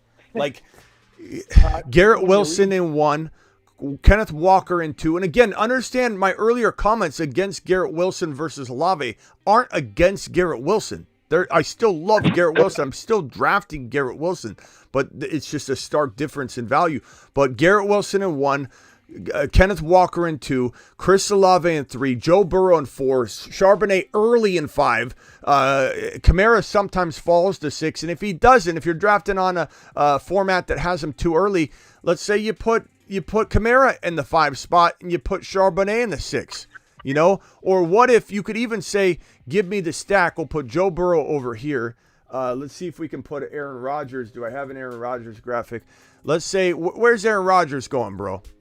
Let's say he's going, around 6? Yeah. Aaron Rodgers, When you've been doing the draft, where's he been going? Is that how far he goes all over. He's been going later, right? He goes all over. So, let's do Jahmyr Gibbs. Let's do Jahmyr Gibbs. Where's my Jahmyr Gibbs graphic when I need it? Jahmyr! Where's Jahmyr? Where's Jahmyr? I have it somewhere. Hey, I have so many graphics. You have no idea how. Okay, so let's take Jahmyr Gibbs. So Garrett Wilson, Kenneth Walker, Chris Olave, Jahmyr Gibbs, Zach Charbonnet, Aaron Rodgers stack. That team's phenomenal too. I don't love it more, but that team's phenomenal too. These are all league-winning moves. Ron Navy, you're live. Hey, all right. I agree with everything except Kamara. Kamara's not going to be on my team. Yeah, we know. Instead of Kamara, since if you're doing best ball and it's 3 wide receivers, Pickens. I'd take Pickens. Yeah, I mean, hey, George Pickens he's in the Kamara territory, and because you already got Charbonnet, and if you get Gibbs, but I'd rather have Burrow where Gibbs is at. I'd rather have Walker Sharp combo, and then take what you did before and have Pickens instead of Kamara, and then later on, there's some other running backs that you can make as your third running back and stuff like that. Yeah, so I mean, that's my opinion. I mean, either way, you're walking to the bank and you're asking for an IOU. You know what I mean? Like you're writing on a napkin this team. You're slapping that IOU up against the glass, and they say, "Bring him in the back. Bring him in the back. Put him in the safe deposit box room. We're gonna go get him in advance on his check." Because look at this squad. Even if we did the Pickens thing, like you're saying, it's fine. Pickens is a fantastic six round player, but this is like win a league material. And then we got a lot of people that run their mouth about that Bijan, because on my Bijan video, a lot of people saying Bijan was not falling to round 2. He is. We did. I mean, he might not in a lot of cases, and he certainly won't in June. Like you get to June, July, as soon as the draft's over, just because he's being mentioned, just because he turns into a real player at that point, Bijan will climb. Just because he's in the news, we know his landing spot. He becomes a real person now, not just a fictional character, a phantom player. He's climbing to 7 overall, 6 overall. He might even climb to 5 overall by regular people. And remember when I put him 6 overall in a video a little while back, it got a little heat. He's going there. So let's just put Bijan in round 1 now in advance, knowing he's climbing there. But in my Bijan video, we pulled up my last 3, 4, 5 best ball drafts. Bijan went at 14, 13, 8, 7. A lot of those 7 and 6 were, or 7 and 8 and 9 were Ron Navy's. draft selection of Bijan too. We pulled up all these random drafts. The last best balls that we did with it were 1 QB. And everyone that didn't have Ron Navy in the draft, Bijan went at 14, 15, 13. He was going in round 2. So he still technically is going in round 2. And there's no accurate ADP out there aside from Underdog, in my opinion, because ESPN doesn't even have rookies in it. Bijan's going so late on Sleeper that you forget he's there and he goes in the 6th round. We saw that firsthand. So there's no ADP data. People say he's not going in the 2nd round. He is, but he won't. So let's put him here. Bijan at 1 overall, or your first round pick. Okay. Kenneth Walker. Let's go running back. We don't do that a whole lot on the show. Bijan Walker, Olave, Joe Burrow sometimes falls to round 5. So you could play that game and wait. Where's Christian Watson when we need him? Christian, there we go. Christian round 4. Man, hold on a second. Christian round 4. So let's say we go, or London. Drake London in round 4. Drake London, I'm going to have a video on Drake London and Olave very soon, even though I've already touched on this topic. It's just such an important league-winning move, in my opinion, to get London and Watson. And I'm going to do a separate video on each one of these guys, even though I have done a combined video on the two. How I love them around 4 and 5. How you can win a league drafting Drake London in round 5 or 6, drafting, let's call it 5. Reach 4 and 5, because he has fallen to 6, but I don't think that's going to last at all. In fact, London's been climbing in the super flex drafts, which is weird, because in the 1 QB drafts, he was going in 5 or 6. Now Watson and London are neck and neck. Like sometimes London goes ahead of Watson in the super flex drafts, which is strange. Might have to do with stacking and the way people try and stack those quarterbacks and everything. It just has people pulling the trigger on wide receivers a little bit early. I'm trying to find my London graphic. Where's my London gold graphic when you need it? London, where are you, London? Oh my God, I have to go searching for it. Hold on, let me search the web for a Drake London graphic real quick. Drake London. Okay, so here, look at this team right here. If we go RB, Drake London or Watson. Let's just put, a lot of people aren't on Watson right now. He's a topic of the day though, or one of the topics of the day because of this trade that went down. But look at this. Drake London in round 4. Let's say that's a reach. Olave in round 3. Walker in round 2, Bijan in round 1. You may get lucky in a grandma league and get Joe Burrow in round number 5. If not, how about Trevor Lawrence? Put Trevor Lawrence, the law dog, in this 5th or 6th round spot. Who's not winning a league with Bijan, Walker, Olave, Drake London, Trevor Lawrence, and George Pickens? Ron, are you walking to the bank for an IOU from the bank on this? I am. Yeah, but you know what you could do is if you're not big on Pickens, guess who else you could put in there? If you pick up London, pick up Pitts. Yeah, I mean, I got him on here for that very reason. Where's Kyle Pitts? Hold on, let me move all these guys around. Where's Kyle? He's somewhere. I think he's underneath here. Maybe I ended up Xing out on Pitts. Let's see, Kyle Pitts. Where are you, pal? God, it's funny because I have all these graphics here, and within like 24 hours, I probably have about 200 graphics on my computer added per day, and so I go scrolling for something that I just added. So yeah, Kyle Pitts, this wins a league.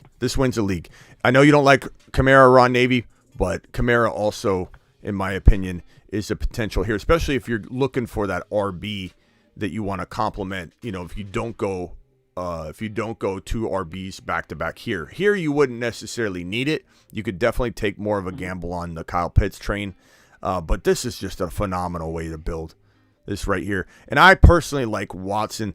I love in grandma leagues doing this little beauty right here. Look at this little number right here.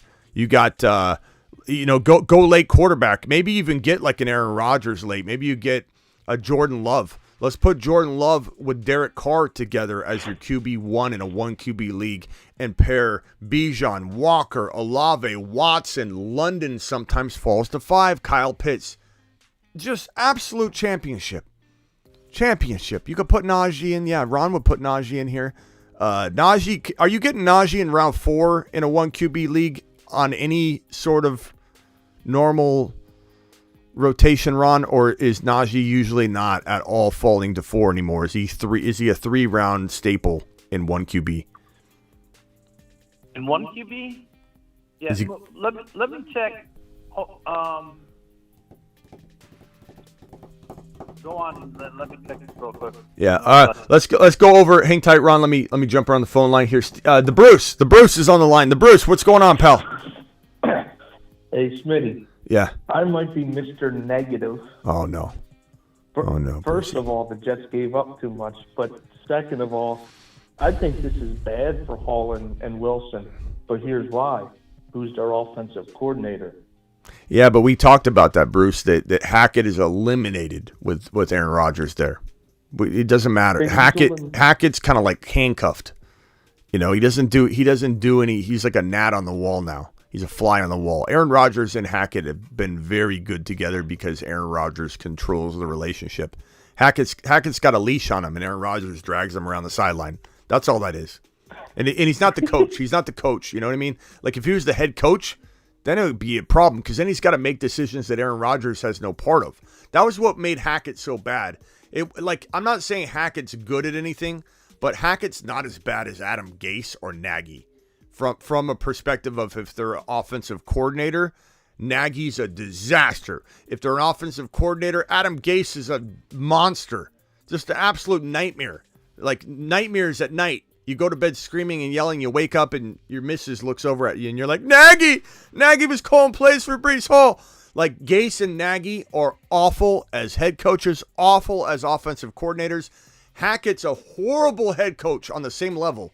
But in the offensive coordinator role, if he's got Aaron Rodgers controlling things the way Aaron Rodgers does, that's the one thing that doesn't worry me so much. You know, I would be on board with this if he was the head coach. I would be like, even as a head coach with Aaron Rodgers can only control so much. A head coach has to make all these top-level personnel decisions. Who does he start? Aaron Rodgers isn't going to be able to say, I want you to start this guy on defense or this guy.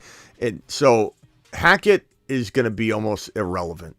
You know, think of, what's his name? Kansas City offensive coordinator goes over to Washington. Bieniemy? Yeah, Bieniemy. Bieniemy? Yeah, it's like Hackett's Bieniemy in KC. That's what Hackett is in New York right now. He's Bieniemy. He basically raises his hand during the timeout and goes, I found something on the film. Yes, go ahead, Hackett. When they line up with a strong side, there's a potential opportunity. Thank you, Hackett. We'll explore that. That's all it's going to be.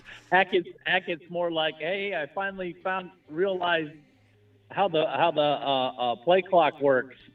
Yeah, that's all it's going to be. I understand your concern, and Bruce, you have every reason to be a little concerned after what just happened in Denver with Hackett. Hackett was a disaster, but he's a very contained offensive coordinator that they brought in to lure in Aaron Rodgers, and it worked. It worked. And we have a good track record with Hackett and Aaron Rodgers because of Rodgers, not Hackett. But, you know, I don't mind you coming in with that angle, Bruce, because people are thinking it, so it's a very important thing to bring up. Well, yeah, I was thinking, I was like, I got to ask Smitty because I'm, like, terrified. Yeah. So Scorp wants to know how Smitty react if. So let's attack this real quick because it is a concern, and I said it at the top of the show, and I've yet to talk about it because I'm going to talk about how good Christian Watson is. But there is a little risk right now. There is a little bit of risk that we need to talk about. If Green Bay goes JSN at 13 overall, moving from 15 to 13, which is a very wide receiver friendly territory, and some might say, how ironic they addressed the wide receiver position the minute that Aaron Rodgers leaves. But you also could look at it from the perspective of this team was so confident in Aaron Rodgers turning a Watson into Watson, turning a Devontae Adams into Devontae Adams. If anybody thinks Devontae Adams was going to become what Devontae Adams became without Aaron Rodgers, they got another thing coming. Adams is who he is right now, and you can't take that away from him, just like Watson is who he is right now. But Adams was sculpted and molded by Aaron Rodgers. He would have been a top 10 wide receiver probably, but he would never have reached the heights he reached without Aaron Rodgers, because Aaron Rodgers fast-tracked this guy, sculpted him, molded him. He does that. There's a reason Aaron Rodgers always has an elite, not a good, an elite wide receiver. Always. So if, let's say, JSN gets drafted to this Green Bay Packer roster to support the lesser quarterback, Jordan Love over Aaron Rodgers, it's not so much like they're trying to burn Aaron Rodgers by doing it. They're saying that, look, Aaron Rodgers could do anything with anybody. We could take a second-round wide receiver and be, amazing with it because of A-Rod. Now we've got to invest a little more heavily in wide receiver to groom Jordan Love. JSN would be needed in the Packers' mind to help groom Jordan Love.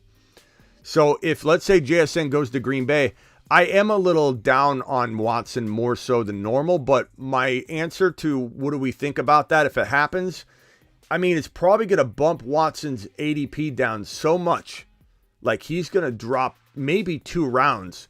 It might be one of those things where it happens, but we still like Watson because of the newfound ADP. You know what I'm saying? So if Watson's going in 4.4 to 4.7 territory right now, if JSN gets drafted into that Green Bay situation, Watson's probably a 6th-round pick. Don't you think, guys? Don't you think he'd plummet 2 rounds because people will be like, oh, crap. And rightly so, but that might be a good place to get Watson.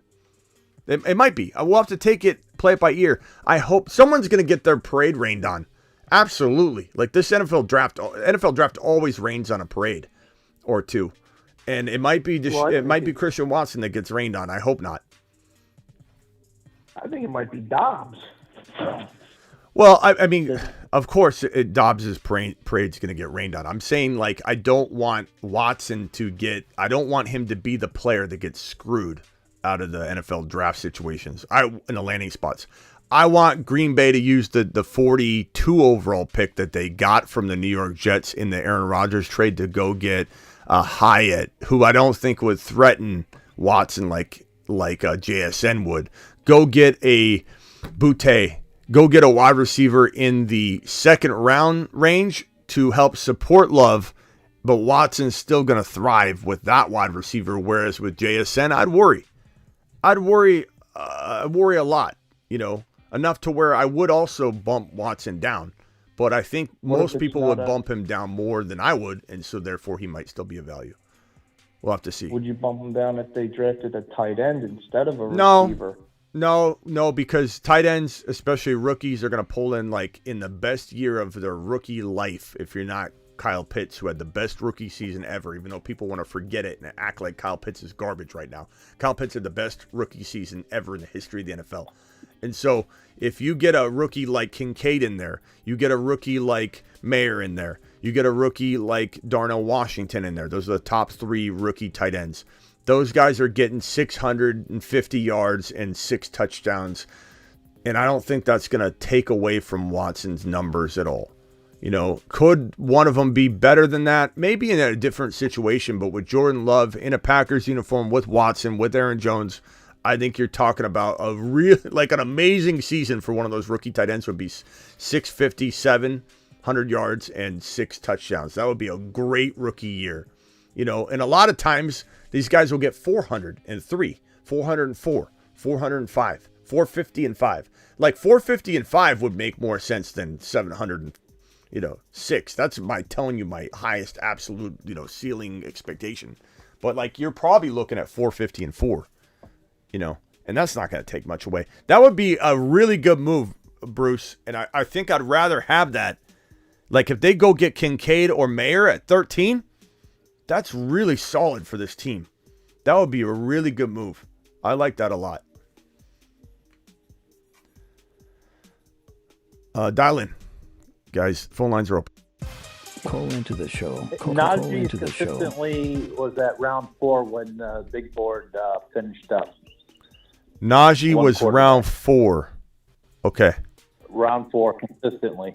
Yeah. And here's the thing. If people are planning on doing underdog, the best ball after the draft, when they drop it, get in there, make plans, and get in there and draft soon so you can get those values before the ADP goes crazy and you can't get those guys at those great values anymore. Yeah, it'll be very interesting to see, and it will happen right away. As soon as the draft's over, Bijan's going 5, 6, 7. I really believe that, unless he goes to a crazy bad spot. Charbonnet's not going in round 6 anymore. As soon as the draft's over, Charbonnet's going in round 5 consistently. If you stop sending me these terrible fantasy football trade offers now. Some of the early underdog draft, you can still get the value before it goes away. Yeah. Yep. Hey, Bruce, we're gonna need another clip from your mom's in a little while. Like a get Charbonnet audio clip. You can't like walk the phone over to her and have her scream "Get Charbonnet," can you? No, she's not home. Okay. I'm gonna need one of those from you. Get Charbonnet. You know, this is for those that don't know. This is Bruce's mom. Get lamb. Oh no, that's not. Sorry, Bruce. Hold on. Get lamb. Where is it? Baked In Boys. Here we go. Baked In Boys. That's Brucey's mom. She's amazing. She's an absolute angel. She's a legend on this show. Appreciate you, Brucey. Bruce, your mom is a legend. You know that. You know that, though. Oh, yeah. Yeah. She's the best. Oh, what was that? What does this do? You may have asked this. But what's this do for Dylan and Aaron Jones? How, do they are they dropping now? Are they finally going to drop? Is Aaron Jones going to what? Is Aaron Jones going to what? Drop. Is his value going to drop? Because Rodgers isn't there? I think no. I think it could drop, sure, but probably won't. I think Jordan Love needs him. I think Jordan Love relies on him. The only thing that would concern me is that maybe Jordan Love can't throw to the running back even remotely as close. We'll find out. We haven't had a big sample size of Jordan Love. What we've seen's been pretty good though, and the fact that Jordan Love and Watson had a touchdown strike together, even though it was a very small sample size, it's encouraging. It's encouraging. So I'm feeling pretty good about the initial feeling and gut instinct I have for Watson and Love connection. This love connection between the two. This love connection is going to be a real nice long-term relationship, I think. Anyway. It's going to be like Favre to Rodgers, Rodgers to Love. Yeah. Hopefully. Yeah. By the way, I there's been a couple people that haven't been on the show lately, and I know some people vanished during the off season and come back. I reached out to Vampy. Vampy's definitely swinging back around eventually. Some of these people vanished for a while. I'm like, where's Avatar? Where's Vamp? I'm looking on my door where I have a lot of your names written, and it's like, where are some of these guys? Like Mark Cleveland. I got to get Mark Cleveland on the phone. Maybe I'm going to dial Mark Cleveland right now. Maybe I'll dial Mark Cleveland because he's on the text line, and I think we need to see what he thinks of this Aaron Rodgers trade. So let me dial Mark Cleveland up. One of the benefits of said text line, Mark Cleveland. Let's dial him up. We haven't heard his voice in a while. The Voss. I'd like the Voss to come back on Mark, and give his opinion. Mark, this is Smitty. You're live on the Fantasy Football Show. We're just kind of wondering where you've been, Mark Cleveland, and I've been working. We're just a little worried about you. We've got the bat signal up for you, and I just wanted to reach out. What do you think about the Aaron Rodgers trade, real quick? I'll let you get back to work, but we do miss you. We do need you on the show. Please return soon. What do you think about Aaron Rodgers? It's pretty much kind of official. Yeah, I saw that today. I hope it works out for him. They got a lot of good receivers, and if he'll be accurate, it should be pretty good. I mean, he's got the talent to do it. Yeah. Get his head on right, That's the main thing. Yeah, what do you think? Garrett Wilson's going around 9-10 overall in drafts. Do you think he's going to blow up this year? He's going to blow up. Yeah. Give me a stat line prediction and then drop the mic. We'll just let you go. But give me a stat prediction for Garrett Wilson. For Garrett Wilson? Yeah, for Garrett Wilson. Drop it, Mark. He'd probably be around 100 catches, 1,500 yards or so. Oh, I erased it. I had it on the board. Yeah, I said about 1,300 plus, 100 catches, 12 plus touchdowns. I said 100 catches, 1,500. That's what I just guessed. Yeah, yep. No, 1,500 sounds good to me, Mark. Mark, call in more often. Come back to the show. We miss you. This doesn't feel right without you. All right, so get back here soon. I'm coming. All right. Y'all doing great. Yeah, we're doing great, Mark. We miss you, pal. Come back. I'm gonna log in right now. I didn't even know y'all was on. I'm live Monday through Friday, Mark. We need you. I know. I was watching the Heat. I was watching the Heat. All right. Bucks. All right. I went and watched the Hawks and the Celtics. Celtics, my favorite team. We was a blast last night. Yeah. All right, Mark Cleveland, everybody. Mark, get back. Yeah, appreciate you. Later, man. Man, Mark, I miss hearing Mark. Mark used to always call in. He used to always be in the chat. Phone lines are open. Dial in. Steven from Massachusetts. You got anything else? Hello? Yeah. What do you think about Tyler Conklin? Do you think he's gonna have any fantasy value with Aaron Rodgers there? Maybe. Part of me wonders if they, make another move. Part of me wonders, like, hey, we're talking about the Green Bay Packers, on Brucey's recommendation, using this number 13 overall pick on a tight end. What if the New York Jets went after one of these monster top 3 tight ends? Does anybody think that would be an amazing move for the Green Bay Packers? Give Aaron Rodgers a tight end like Mayer or Kincaid? Like, that would be unbelievable. I don't know that I would love that. I guess like same thing with Watson. I don't think it affects too much because it's like a 450, 500 rookie season. I don't think it's that big of a deal. I think it might even open up Garrett Wilson a little bit. To have a Mayer running across the middle of the field. This guy's he's an absolute tank.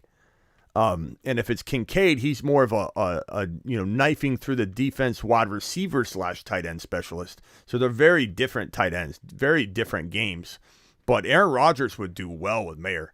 That would be a perfect tight end for Aaron Rodgers. Just a guy breaking off a blocking assignment and just scrambling into the middle of the field, catching a football and just dragging people 15, 20 yards. Garrett Wilson, the next play, stretching the field.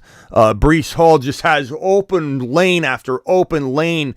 Even if Breece Hall's struggling a little bit with his knee, he's going to look like James Robinson in the open field no matter what. It's just going to be a wide open rushing touchdown no matter what Breece Hall looks like. But Breece Hall will be healthy. I'm just saying, Breece Hall, if Mayer or Kincaid or Darnell Washington is in in New York, I mean, Hall's got open lanes for days. And who here believes that this guy, Aaron Rodgers, is going to turn Breece Hall into Aaron Jones in terms of receiving the football? He's got it, right? Like, Breece Hall's got to have 350, 400 receiving yards, 40 plus, 45 reception plus type of season, 3 or 4 receiving touchdowns. I mean, that's what Aaron Jones did. Mark Cleveland dropping a $10 hauler. Mark Cleveland, appreciate you. Great show, Smitty. He just showed up. Mark, get back here more often. No excuse. We miss you. Look at the stat line for Aaron Jones. 395, 5 touchdowns last year, 59 receptions. I think Aaron Jones, or Breece Hall, the new Aaron Jones, Breece Hall has a 40-plus reception season with about 355 to 400 and about 3 touchdowns receiving. What do you guys think on that?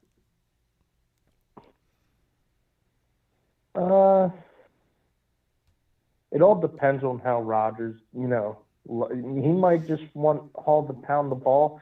He might like Michael Carter Williams to Bruce be is a a little. back. We don't know what Rodgers is going to like until I say mini camp, training camp. We'll see. He's a little down on Get a him. feel for how Rodgers feels with these guys. Personally. You're a little wait and see on Aaron Rodgers, I sense, Bruce, which is fine. It's fine. I totally get it. Ron Navy, what are you thinking? What am I thinking? On Breece Hall's receiving production. I think I think Bruce is right. I think we got to kind of wait and see how Rodgers connects with these guys. It's a whole new crew for him, but I think it'll all work out. And Breece, as long as he doesn't have any hitch in his giddy up, I think to the moon again this year for him. Yeah. And you know what, Smitty? This is why you have the best show out there of anybody. No other host. What other host is going to call somebody that hasn't been seen on the show for a while and check up on them in the middle of the show and find out what they're doing and why they haven't been there? Where else do you get that? You get that with you. That's why you're special. I yelled That's at him, why though. You're special, bro. I did. Thank you. But I yelled at him, though. But yeah, but that is why you're special. Mark, you just call up in the middle. Hey, where you been? Mark, get in here, Mark. Awesome. Mark, get in here. That's why we're a family. Mark, get in here and drop a super chat. I called him and initiated a $10 super chat. Could look selfish, actually. This was a bad look for me. Haven't seen Mark super chat in a while. Mark comes in, drops a $10 holler. No, Mark was like, maybe feeling guilty because he missed your show and didn't come in. So he he did the super chat to make up for it. But Mark's always been a great part of the show. Same with Vamp, same with, there's a lot of people we haven't seen lately. Bella, check yourself, is on the phone live. Bella, check yourself. What can I do for you? How you feeling? I'm feeling good, man. I had to call it as soon as I heard Ron say what he said. I thought that was amazing, too. I have never seen somebody just call somebody like, hey, where you been? We miss you on the show. I mean, that takes real dedication, and it's just awesome, man. You guys are making me blush. I was like, City is crazy. He's crazy. I appreciate that. What do you think about awesome, the? Thank you. What do you think about this trade, Bella? Check yourself. What do you think about Aaron Rodgers? How do you think Aaron Rodgers is going to develop this guy, Garrett Wilson? How do you think Breece Hall is going to rumble and stumble and catch and run and scramble and score in this Aaron Rodgers-led attack? And what are the Jets going to do this year? Mark's still Being here. a big Patriots fan, it kills me to my soul to say this, but I think it's to the moon for that whole team, man. That defense is amazing. To the moon. Breece Hall, look what he did last year. I know he had the knee injury, but I'm not worried about that. The kid is, in his 20s, early 20s, he'll be fine. Yeah, he can't even rent a car. Look what Garrett Wilson did with the worst quarterback in the league last year. It's just to the moon for these guys. I think Garrett Wilson at least 1,300. 11 touchdowns, 100 receptions. I want to make it abundantly clear because some people took my Garrett Wilson Olave comparison like I'm down on Garrett Wilson. I'm not down on Garrett Wilson at all.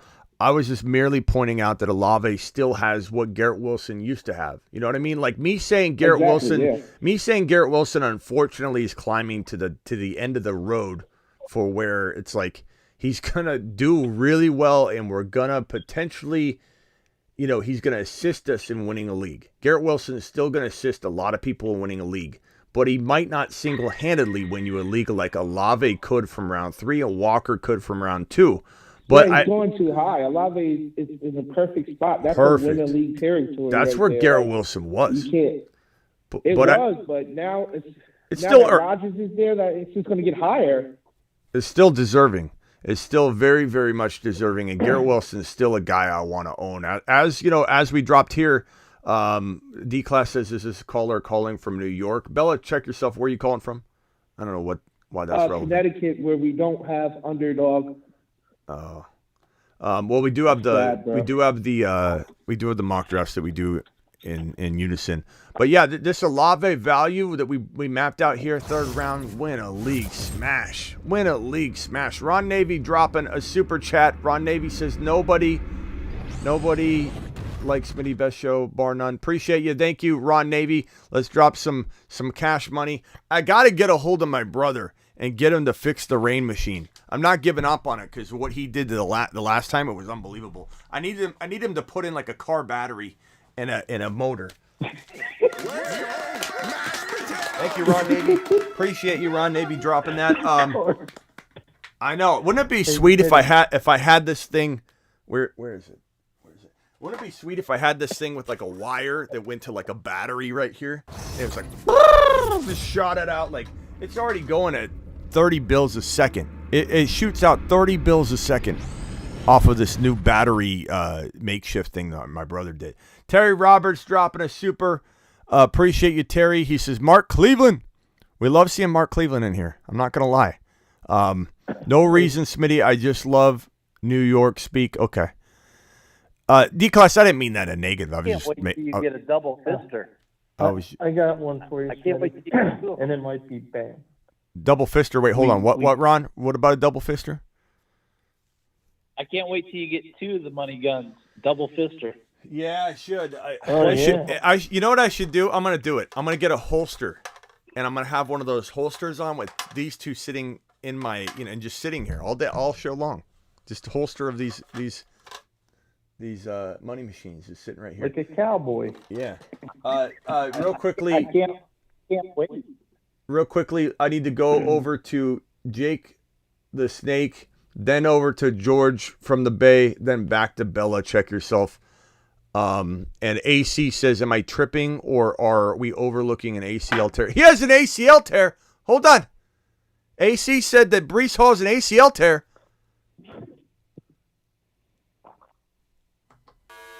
Alert. Alert. Panic mode initiated.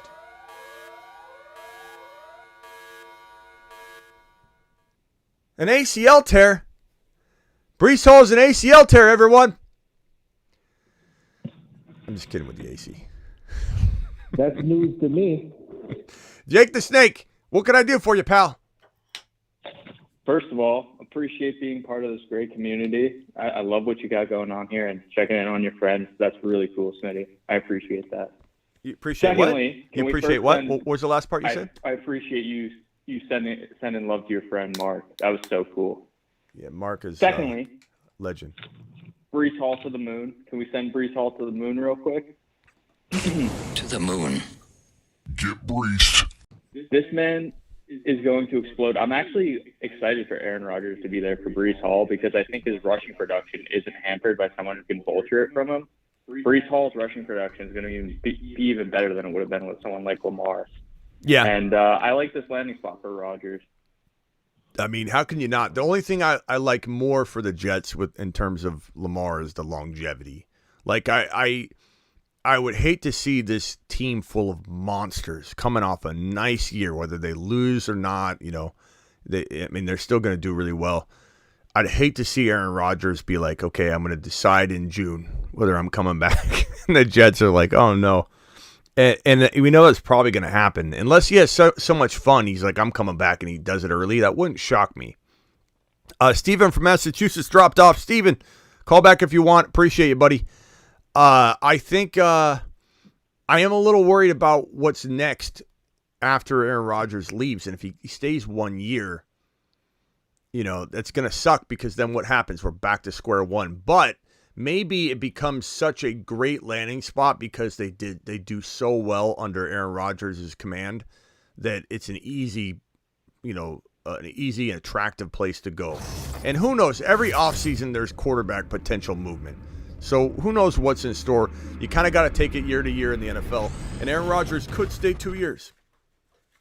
So 6-hour live stream Thursday. That's right, Terry Roberts. Guys, I'll be live for 6 hours straight on Thursday. We're going to kick off the 7 p.m. show. He might even stay longer. He could. We're kicking off the 7 p.m. show at the normal time, 7 p.m., and we're going through to about midnight Eastern. So the same time, same bat channel on Thursday, and then we take it into midnight Eastern. Okay, so it's going to be an amazing Thursday night. Let's go over real quickly to... who were we just talking to? Jake dropped off. George from the Bay. Smitty, what up? Yo. Man, I just got off work and I saw the news. This is crazy. I mean, we all kind of knew that this was going to happen eventually, but this is such big news for the Jets. I think that they're to the moon as a team. Top 3, top 4 defense. Now you add Aaron Rodgers. I mean, Dude, are they the front runner for the AFC East? I mean, what do you think?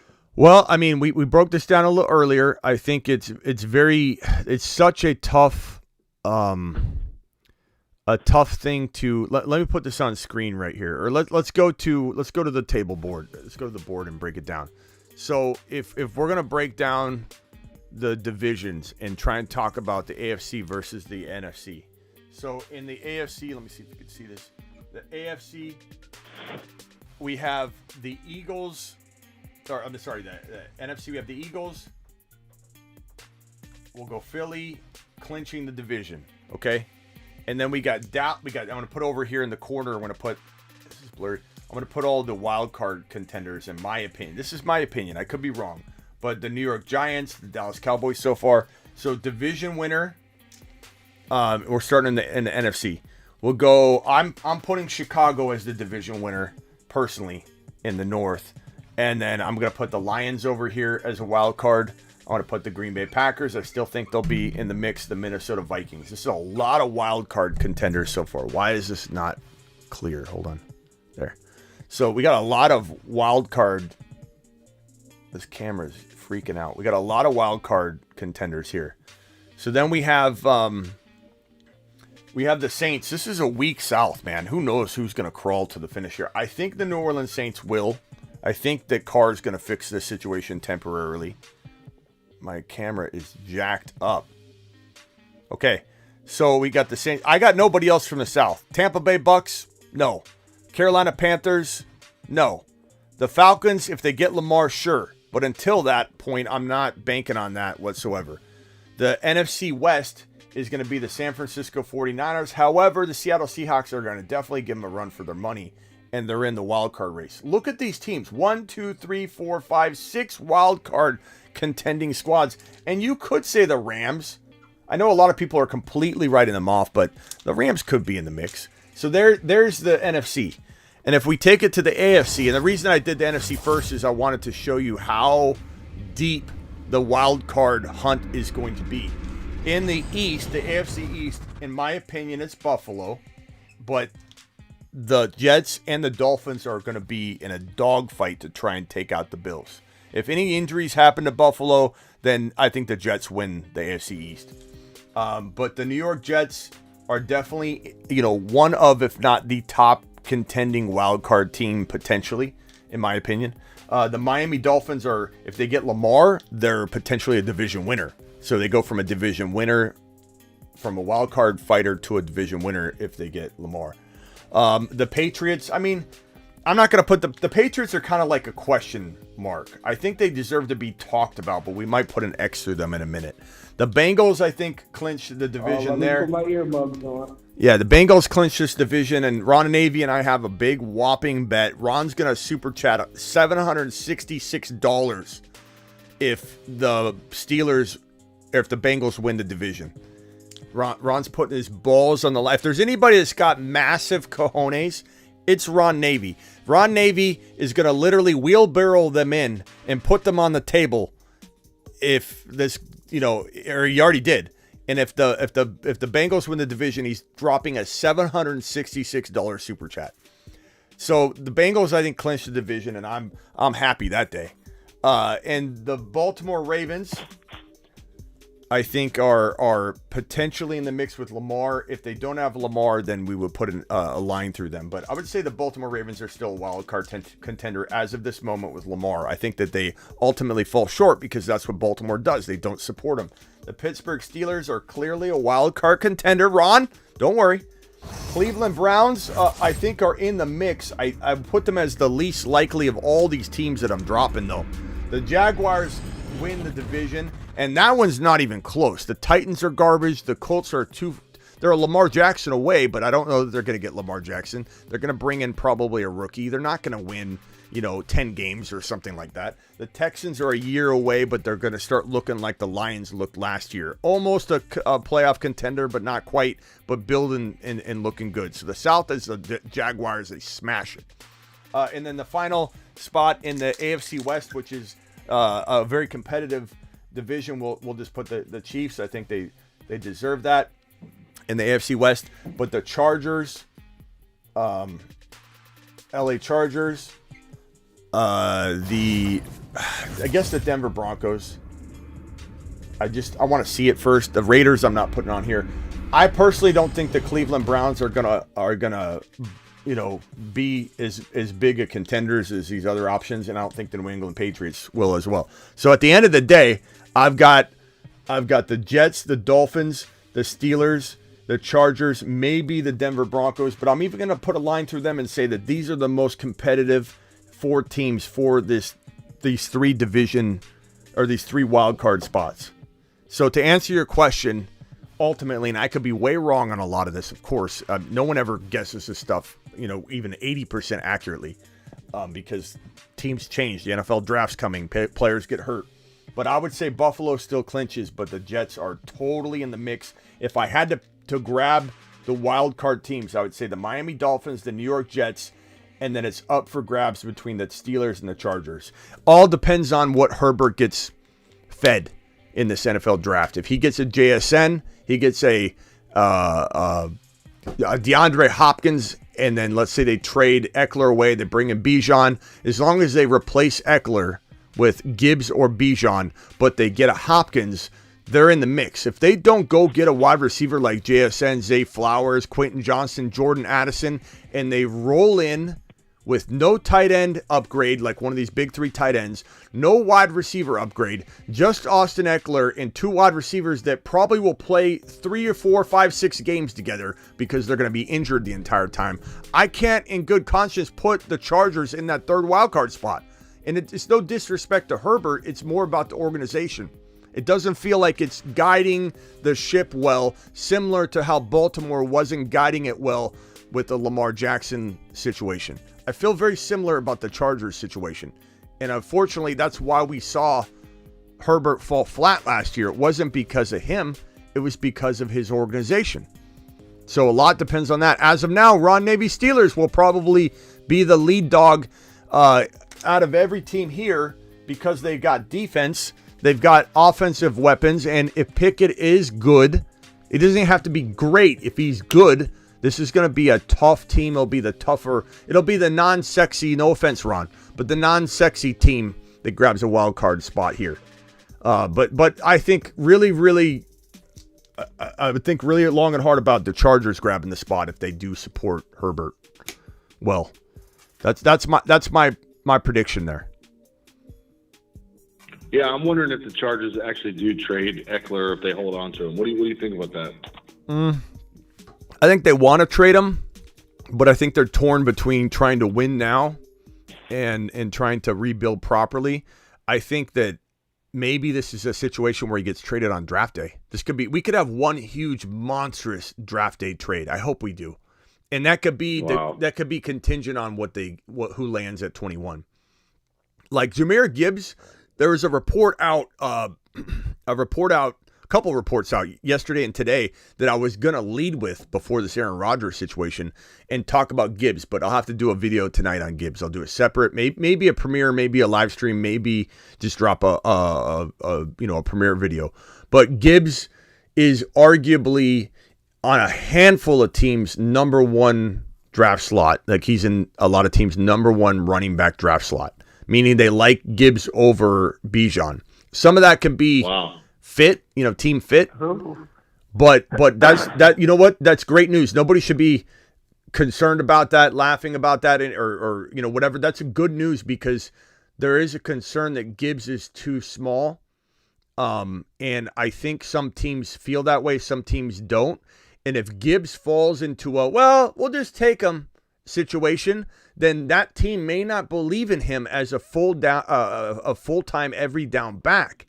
And you might say to yourself, yeah, but you might say to yourself, why would they draft him if they don't believe he's an every down back? Why did Javonte Williams get drafted and for a year and some change not get used as a full-time back? It happens based on that lack of draft capital. It's not a high investment. You're willing to grab them because they have a bunch of good skills. We don't want Gibbs going to a cloudy situation with a coaching staff that says, he's probably pretty good catching the football. We'll ease him in. You want somebody going, we traded up for this kid. He's the next Alvin Kamara. We're going to workhorse this kid. We're going to give him the hybrid workhorse treatment. And the fact that 4 or 5 teams, 3 or 4 teams at least, from what I'm hearing, think that Gibbs is better than Bijan Robinson, fantastic news, because we want one of those teams to reach. One of those teams could be the Chargers. They could be replacing Austin Eckler. And if I had to predict a wild draft day trade, let's say the Chargers on the clock take Jahmyr Gibbs, or maybe they trade Eckler away right before, but that would make some sense to replace Eckler with that Gibbs pick and then use that Eckler second rounder to bring in Darnell Washington, and give Herbert a weapon. That's kind of what I would do if I was in charge of this situation. Yeah, my take on the Jahmyr Gibbs is I think he's super explosive. He's like a home run threat, a dynamic playmaker. If he goes to the right spot, like, he's going to probably be better than Bijan his first couple of years.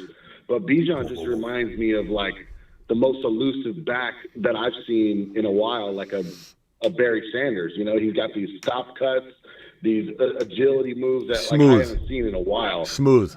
LaDainian Tomlinson smooth is the way I like to describe Bijan. He's a mix between Nick Chubb, Saquon Barkley with a little bit of LaDainian Tomlinson smoothness. And LaDainian Tomlinson, if anybody doesn't remember or wasn't here for that, is it would be like a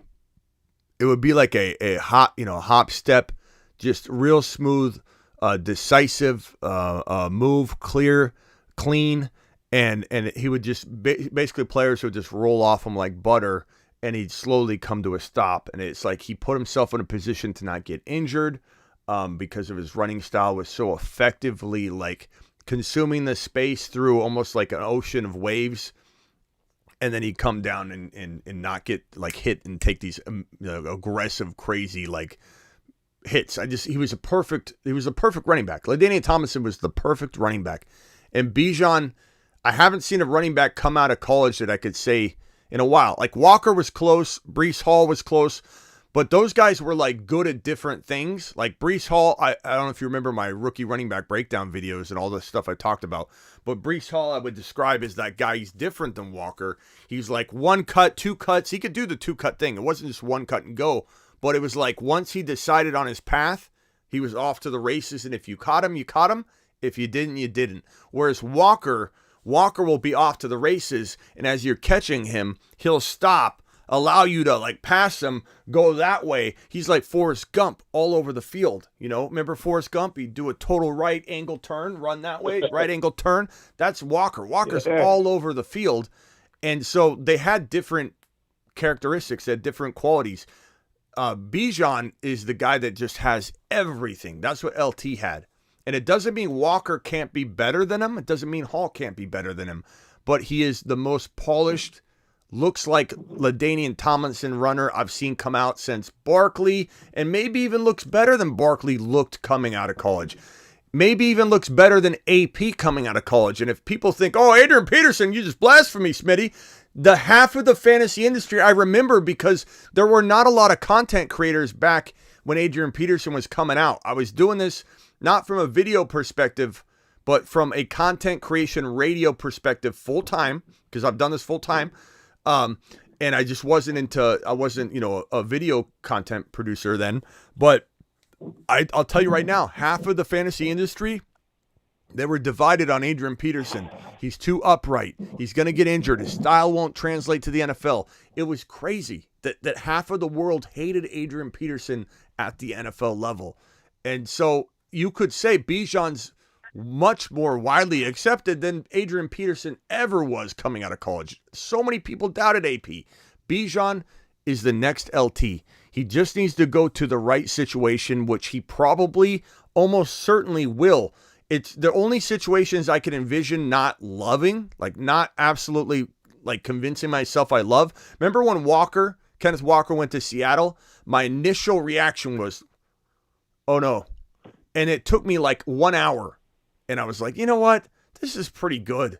Like, this is actually a pretty good situation. But my reaction at first was, I don't know if I like this. I don't know if I like this situation.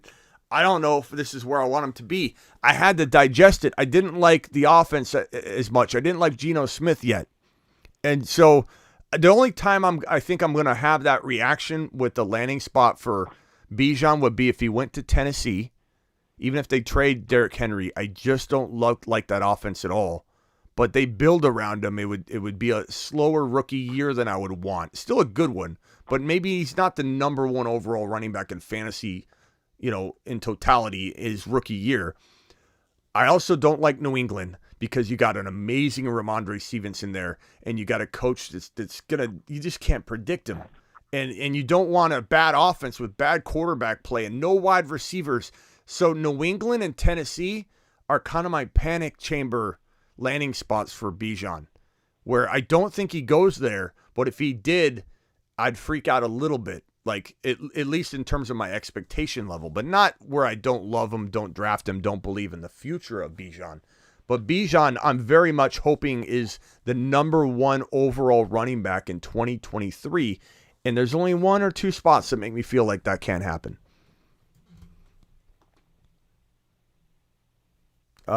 Let's go to Bella. Check yourself. You got anything else? Yeah, I was just listening to you and agreeing with what you were saying. But I was actually the other day. I like to go and listen to other analysts and just like to compare your information with theirs. And I see your boy Peanut Butter and Waivers over there on the flock. I don't know if you know. I guess his name is Colin or whatever. And long story short, so he's going to draft. He's going to be on the red carpet, and his Flock Nation had voted him on for that. So I wanted to say to our family, our nation, our group chat and our committee to see if we can get you there. I want to get you there next year. I want you to be on the red carpet interviewing these rookies coming into the NFL. I appreciate that. I mean, best out here doing that. Yeah. I just think you're the best out here giving, I watch these other guys and they don't even hold a candle to you, man. They can't even hold your jock strap, man. I appreciate that. Part of me doesn't know that I even want to go do some of these things that you're describing. Not because it wouldn't be fun, not because I know I like doing what I do. I think you'd be great, man. I think you'd be great, man. I think you're awesome for it. I appreciate that, but that takes away from the show.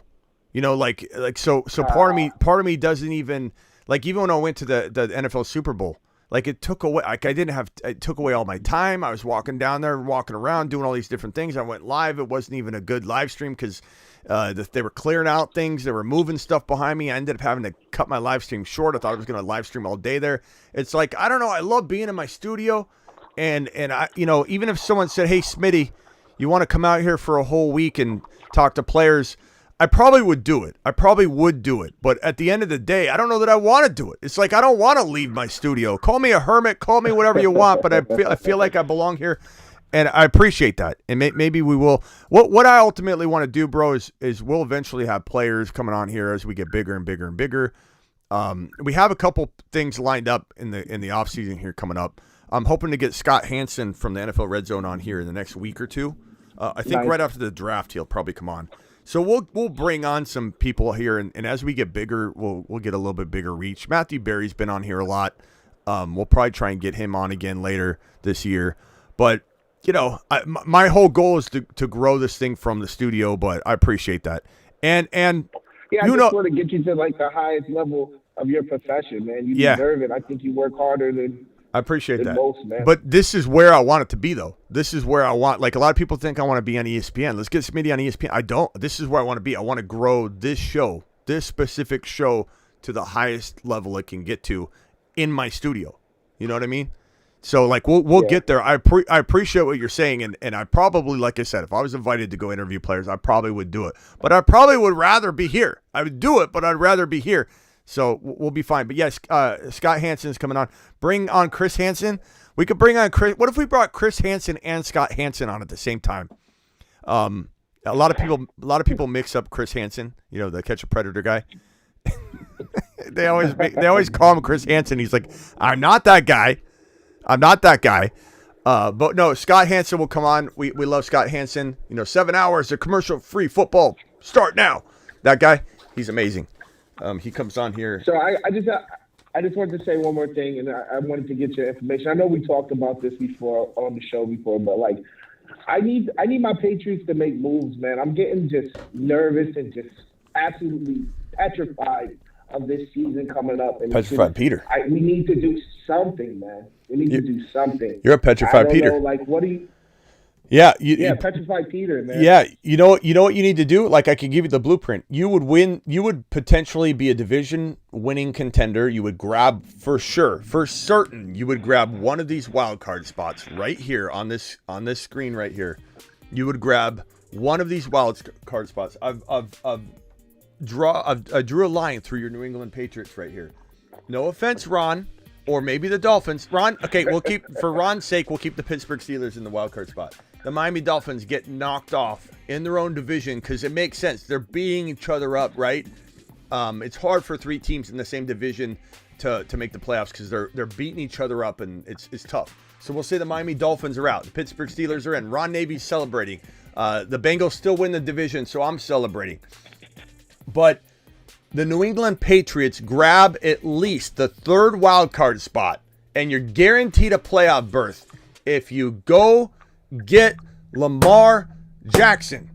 And additionally, you make one wide receiver move, whether that's drafting a wide receiver like Hyatt, you draft him, you reach for him, whatever, or you trade for DeAndre Hopkins, which is the easiest, cheapest, short-term solution that you could find. If you got Lamar and Hopkins, that's it, bro. You are a playoff contending team that could potentially win the Super Bowl.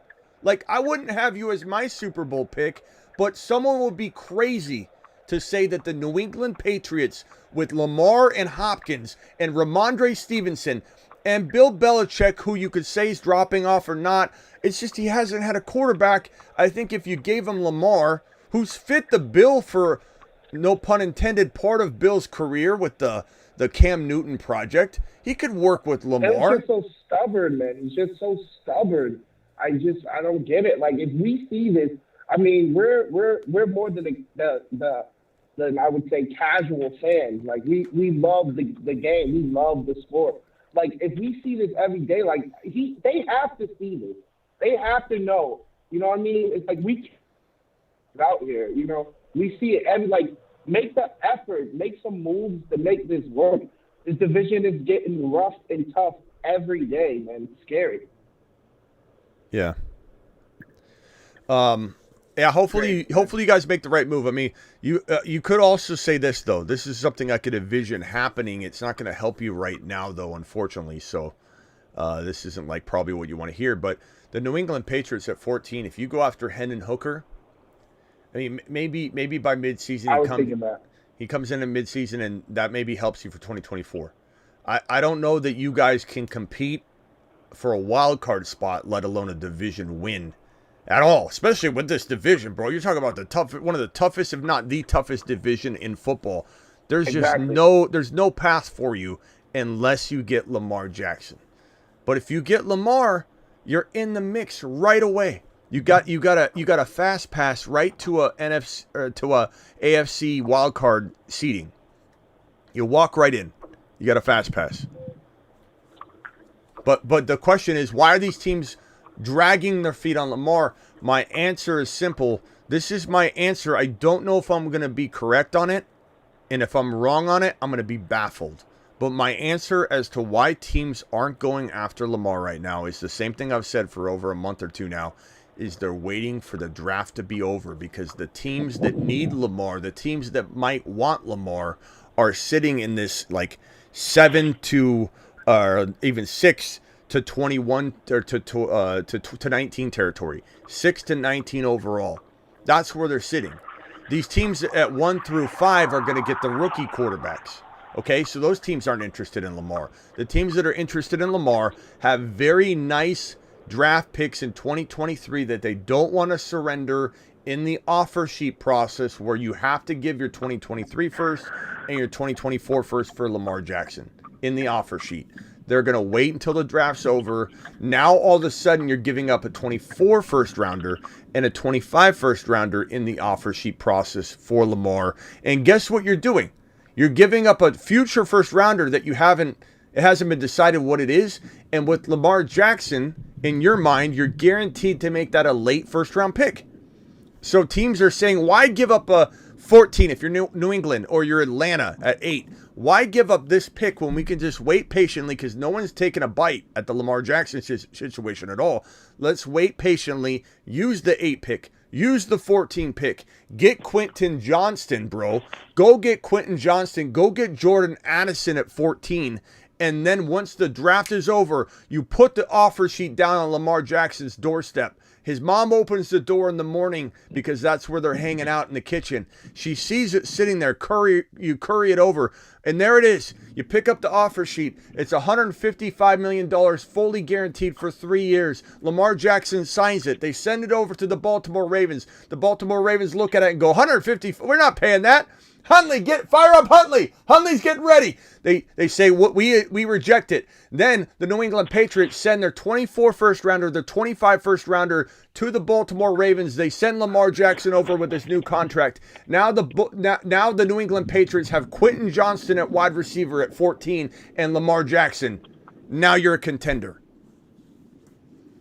It's simple. I don't know what teams are doing, to be honest with you, and that's what they're probably doing. Me neither. If they're smart, they're waiting to use the 24 and 25 draft capital. If we get out of the NFL draft and on the other side of the curtain, and there's one team or no team going after Lamar Jackson, I'm scratching my head, baffled, just absolutely baffled. Let's go to Ron Navy real quick.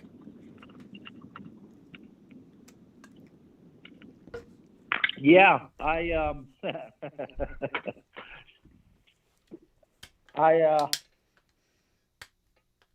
guess I'm not going to comment on the Pittsburgh. I mean, you got your opinion. I already put my money where my mouth is. So you did. You know I already disagree there. You wheelbarreled your balls into the studio and put them right on the studio table. That's for sure. Dang right. So it's going to be nice. I like it when people don't believe in the Steelers because that's when they do their best work. For sure. Look, Ron, you got it. They got a chance for sure. I mean, I think I respected them pretty well. Like I maybe a moment there when I said let's take them out. Oh wait, never mind. We'll take that. But I'm giving them a wild card. You love the Bengals, and that's understandable. I understand that. I got them right here. That's why we made the bet. Yeah, I got them right here. Look, they got a real. It's all on Pickett. I think New England. The day Brady left is the day New England went back down to earth, and they just got to rebuild. I mean, there's no getting around it. So I think they're 2 to 3 years out before they're really getting to where they need to be. But here's what I think. I think the Eagles really want Bijan. And I think that I wouldn't be surprised if a team like Atlanta blocks them from getting them at 10 and takes Bijan ahead of them simply to keep the Eagles from getting Bijan. Yeah. See what happens. Yeah. Yeah, I mean, it's certainly possible. I can't wait. I really, really hope that Bijan goes inside this top 10 for a plethora of reasons. One being that draft capital guarantees that the team is all about him. Like, they're all about him from top to bottom, rushing, receiving. They're going to work on his pass. Like, he's not going to be, shoved aside because of lack of pass blocking in that offense or something like that. So, going early is so critical and crucial. But, specifically, I love the spots the most, too. So, for me, I feel like, Chicago, the Eagles, and the Falcons are the best landing spots for him. The Bengals and Bills, obviously, I love those spots as well. But the Eagles, the Falcons, and the Bears, ironically, are the 3 best landing spots on top of being in those high draft capital situations. So it's like a double, advantage of going at 8, 9, or 10. I hate it for Algier. I get it. But look, Atlanta, they've got a nice offense. And so I think it's a real good situation. It's a real good situation if he lands in one of those 3 locations. My prediction for draft day would. You what? Algier was used. I mean, they're not going to keep Bijan on there, and they turned Algier into a passing back maybe. Yeah. Because what's his not getting any younger? He's 31 now. Here's Cordell. Yeah, here's my prediction. Yeah. Here's my prediction for the draft. If anybody wants to drop their predictions. I'm going to say, so Chicago, Philly, Cincinnati, Buffalo, Atlanta. Bijan, Gibbs, and Charbonnet. My prediction is that two of these guys, hopefully three, but two of these guys land in one of the, each land in one of these locations. That would be a win. That would be a big win for us as a community. That would be a big win for everybody in fantasy football across the board. It would certainly hike some ADPs up, but we'd adjust accordingly. And honestly, I don't care if I got to overpay a little bit for Charbonnet or Gibbs coming out of the draft because of a good landing spot. I'd rather them have good landing spots. And we've got enough best ball shares and dynasty shares that, I don't care if I lose a little redraft real estate in terms of where I'm drafting these guys. I want them in a good location. So if we walk away with Bijan going to, let's say, Chicago, and Gibbs goes to, let's say, let's say Gibbs goes to Philly, that's a huge win. If somehow, some way, and I'd love to reflect on this video. It would be so amazing to reflect on this video and it be true.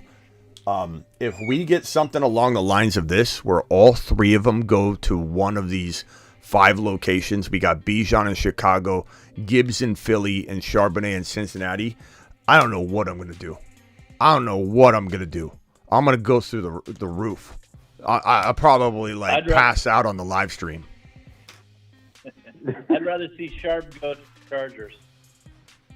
You know what? Let's put the Chargers on here as well. But yeah, so 6 locations. These are the 6 ideal locations for these 3 running backs. I'd love to see Gibbs in Philly. Yeah, I'd only like to see one of these backs in a Charger uniform if Eckler's gone. Exactly. I think long term it's still good because Eckler will be gone the next year, but I'm ultimately wanting these guys to be redraft absolute machines and monsters as well. But Chargers are a great long-term location. You could say sacrifice rookie season a little bit, right? Let's say Charbonnet goes to the Chargers. You sacrifice his rookie year a little bit, and maybe Eckler slows down too, or they do a thunder and lightning approach and they throw the ball to Eckler, and Eckler has a good receiving year, but not even close to the same rushing year you'd think. And Charbonnet gets 1,000 even and 6 touchdowns and doesn't get a lot of passing work, but he's promising for the next year. Like, I would probably be okay with sacrificing his rookie year a little bit, especially with Charbonnet, not Bijan. I don't want Bijan in a Chargers uniform with Eckler on the roster. Charbonnet, Gibbs, I could be okay with sacrificing a little bit of the rookie year for the longevity of playing with Justin Herbert for a decade. Running back shelf life shorter than Herbert's shelf life, but you know what I mean. That'd be pretty The sweet. Chargers had that competition of Thunder and Lightning back when what's his name was in his prime. Roundtree, and it was great. Gordon Roundtree. Huh? Roundtree. Who said Roundtree? Yeah, Roundtree. Roundtree. Gordon, bro. Roundtree. Gordon was a touchdown-making machine, and everybody tried to say, Gordon wasn't that great, but he was great in his prime. And Eckler there, they worked. So I think Charbonnet and Eckler could work just about the same. Back in the heyday during the Thunder and Lightning times, Roundtree. Was that you, Bruce? Yeah. Roundtree. I remember they. Well, Smitty, what about Isaiah Spiller? Oh, it was. Who's that? Who's that? The guy that I said was going to be an absolute bust. I'm totally just joking. I'm joking. No, I know. That guy that we said was an absolute bust in the making. Everyone's like, this guy's going to take over Eckler's job. No, he wasn't. No, he didn't. And I know you're joking. But the reason why is the combine. The combine doesn't tell you everything, but the combine can amplify your faults, and also all the data coming out of college said that he was no better than any backup running back on his roster. Whenever the backup running backs came in, they sometimes performed better than him. The metrics said this guy is slow in every category. And, maybe he improves at the NFL level. I'm not saying that can't happen, but he certainly has an uphill battle because he was garbage at the combine. He was at the bottom of like every category, which backed up everything we thought coming out of college. But Spiller's nothing. And I drafted the heck out of him in the early parts of the best ball draft, underdog best ball draft. I had a ton of Spiller. You know what I love? You know what I love today more than anything? Just over the Aaron Rodgers trade, the Garrett Wilson value that now feels really secured in. I mean, I guess it's hard to beat that feeling, but I love that 3-4 teams like Gibbs more than Bijan.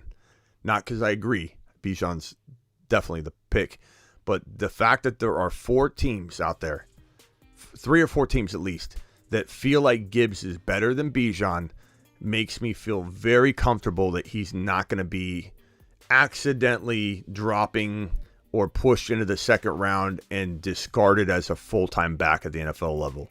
I'm so excited about Gibbs being believed in by a handful of teams enough that they'll go get this guy. They'll go get this guy. And if Gibbs lands in the right spot, he is Alvin Kamara 2.0, the Alvin Kamara we remember and loved, not the one everyone's probably envisioning right now. But this guy Gibbs, I don't care if he's 199 pounds. I don't care. He's electric. He can put on 5, 6, 7 pounds. He's fast. His combine looked amazing. He's ultra quick. His hands are amazing. He's arguably the best pass-catching back in the draft class and could arguably be a top 5 PPR running back right away. He could catch 55-plus passes as a rookie if he goes to the right spot. Wouldn't shock me if it was much higher than that. And he could be eventually a 900-yard running back. You don't want him to be a 1,300-yard running back on the ground. You want him to be an 1,800 total yard, 1,700 to 1,800 total yard runner, 900, 800 and 900, maybe even 750 and 1,000. Like this guy could literally pull in the right spot where he's believed in as a receiver / running back, not a running back / receiver. He's an inverse of Deebo Samuel. If this guy gets the volume in the passing game, he could be a 70 to 80 reception running back eventually in the NFL with a rookie season that flirts with 55-plus receptions. Love him. Ricky said Spiller's lost a step. Yeah, mate. Never had a step. Yeah, mate. Spiller. I don't know what losing a step looks like then at that point. Let's go over to Belichick yourself. What else you got, pal? Not much, man. Just got home from work. I just wanted to say before I go, shout out to my boy Ron Navy and Brucey, man, for being super fans. They're always on the show. They love your show, man. I'm trying to get to where they are, and you guys enjoy your night. Smitty, we love you, man. You're already there, pal. You're a staple. I got your number in the phone line. You dial in whenever I'm in a rant or something. I'm going to answer your call. So you're already there, pal. Appreciate you. Appreciate all the support. All the time, man. George from the Bay. You got anything else? Yeah. So I think 21 with the Chargers is going to be a spot that's going to be interesting in this draft because let's say Bijan and Gibbs both fall to them, and you got Zay Flowers on the clock. It's like, what do you do there? I mean, do you go Zay Flowers? Do you take the running back? And then if they keep falling, you got the Vikings, you got the Cowboys, the Bills, Bengals. They all need running backs. So this draft's going to be very interesting. I'm excited. I think that, I think the Jets are going to take the East this year. I think they're going to win it. They could. I mean, they could. It certainly would be reckless to suggest they can't. They're capable of winning the division. Like Josh Allen runs a lot. I always tell you he runs with reckless abandonment. on he isn't concerned about getting hurt, and that will continue until he probably has some sort of massive, unfortunately, put your earmuffs on if you're a Buffalo Bill fan, but at some point he'll probably suffer a season-ending injury. Like, that's just probably going to happen. He runs too much, too hard, too aggressive. So, like, is it possible he misses even just in the middle of a season, a PCL injury like Lamar had, and misses 6 straight games, and then they don't win the division? Yeah, for sure. So, like, there's a lot of reasons why the Jets could win the division. But certainly, like, look at this graphic. Like, this graphic alone, this doesn't even have Sauce Gardner and the defense on it, and this graphic is scary. Breece Hall, Garrett Wilson, you're talking about guys that were competing for Offensive Rookie of the Year. Like, who knows who'd have won it if Breece Hall stayed healthy. They got the Defensive Rookie of the Year. They got arguably the Offensive and Defensive Players of the Year, not just rookies, in 2023. And then you've got this quarterback that, gets to go in there and in his prime, whether he's about to tail off or not. He's in his prime right now. He's still teeter-tottering there.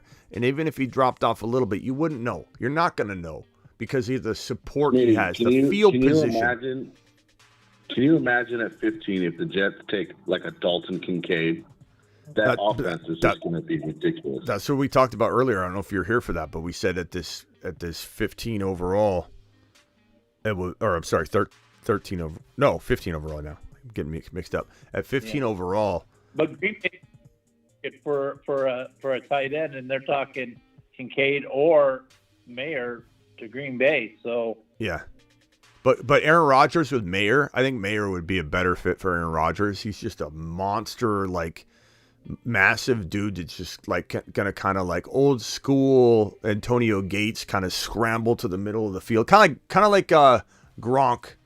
Gronk wasn't like Kelsey and Gronk they're just so different. Like the way they dominate that space around them. Like Gronk, people didn't watch Gronk. Gronk is like the best tight end ever. Gronk was so unbelievable. And I know everyone wants to put Kelsey there, and Kelsey's certainly in the debate. It's kind of like LeBron and Kobe, or LeBron and Jordan, or whatever. The debates are going to, I think, once both of them are out of the game, people will remember it different. But Gronk was just like, he wasn't the most precise route runner at all. I think like Kincaid is more of a very precision, type of route runner, and he's almost a receiver in some ways. Mayer reminds me a lot of Gronk. He's just kind of like it's not going to be a crisp route, but he's massive. Once he gets the ball, he's like Gronk. He's just rumbling and stumbling about 15, 20 yards, and he should probably only go 5, but he goes 15 or 20. If you give Aaron Rodgers Mayer, I don't know how this offense can be stopped. So we were talking about that earlier. If he got a offensive piece like that in addition, and one that doesn't hurt Garrett Wilson, because we don't really want him to get JSN. We don't want him to go get somebody that's going to make Garrett Wilson lesser. But, man, imagine Mayer there. Mayer would be perfect. And Aaron Rodgers has so many toys. I could see him wanting to stay the 2 years. Ron says maybe even more if he's that happy. But at least 2 years, if he gets all the support he wants, and let's say if they win it, I could see him walking away more so than if they fall a little short. Because then I could see him saying, we almost did it. We got some work to do. Let's go one more time. But if he wins it, he could walk out on top. So, I don't think they'll win it, though. I think that they'll fall short anyway, because it's tough to win a Super Bowl. It really is. And he's new to the team. Not that, hey, look, Stafford changed teams, won a championship.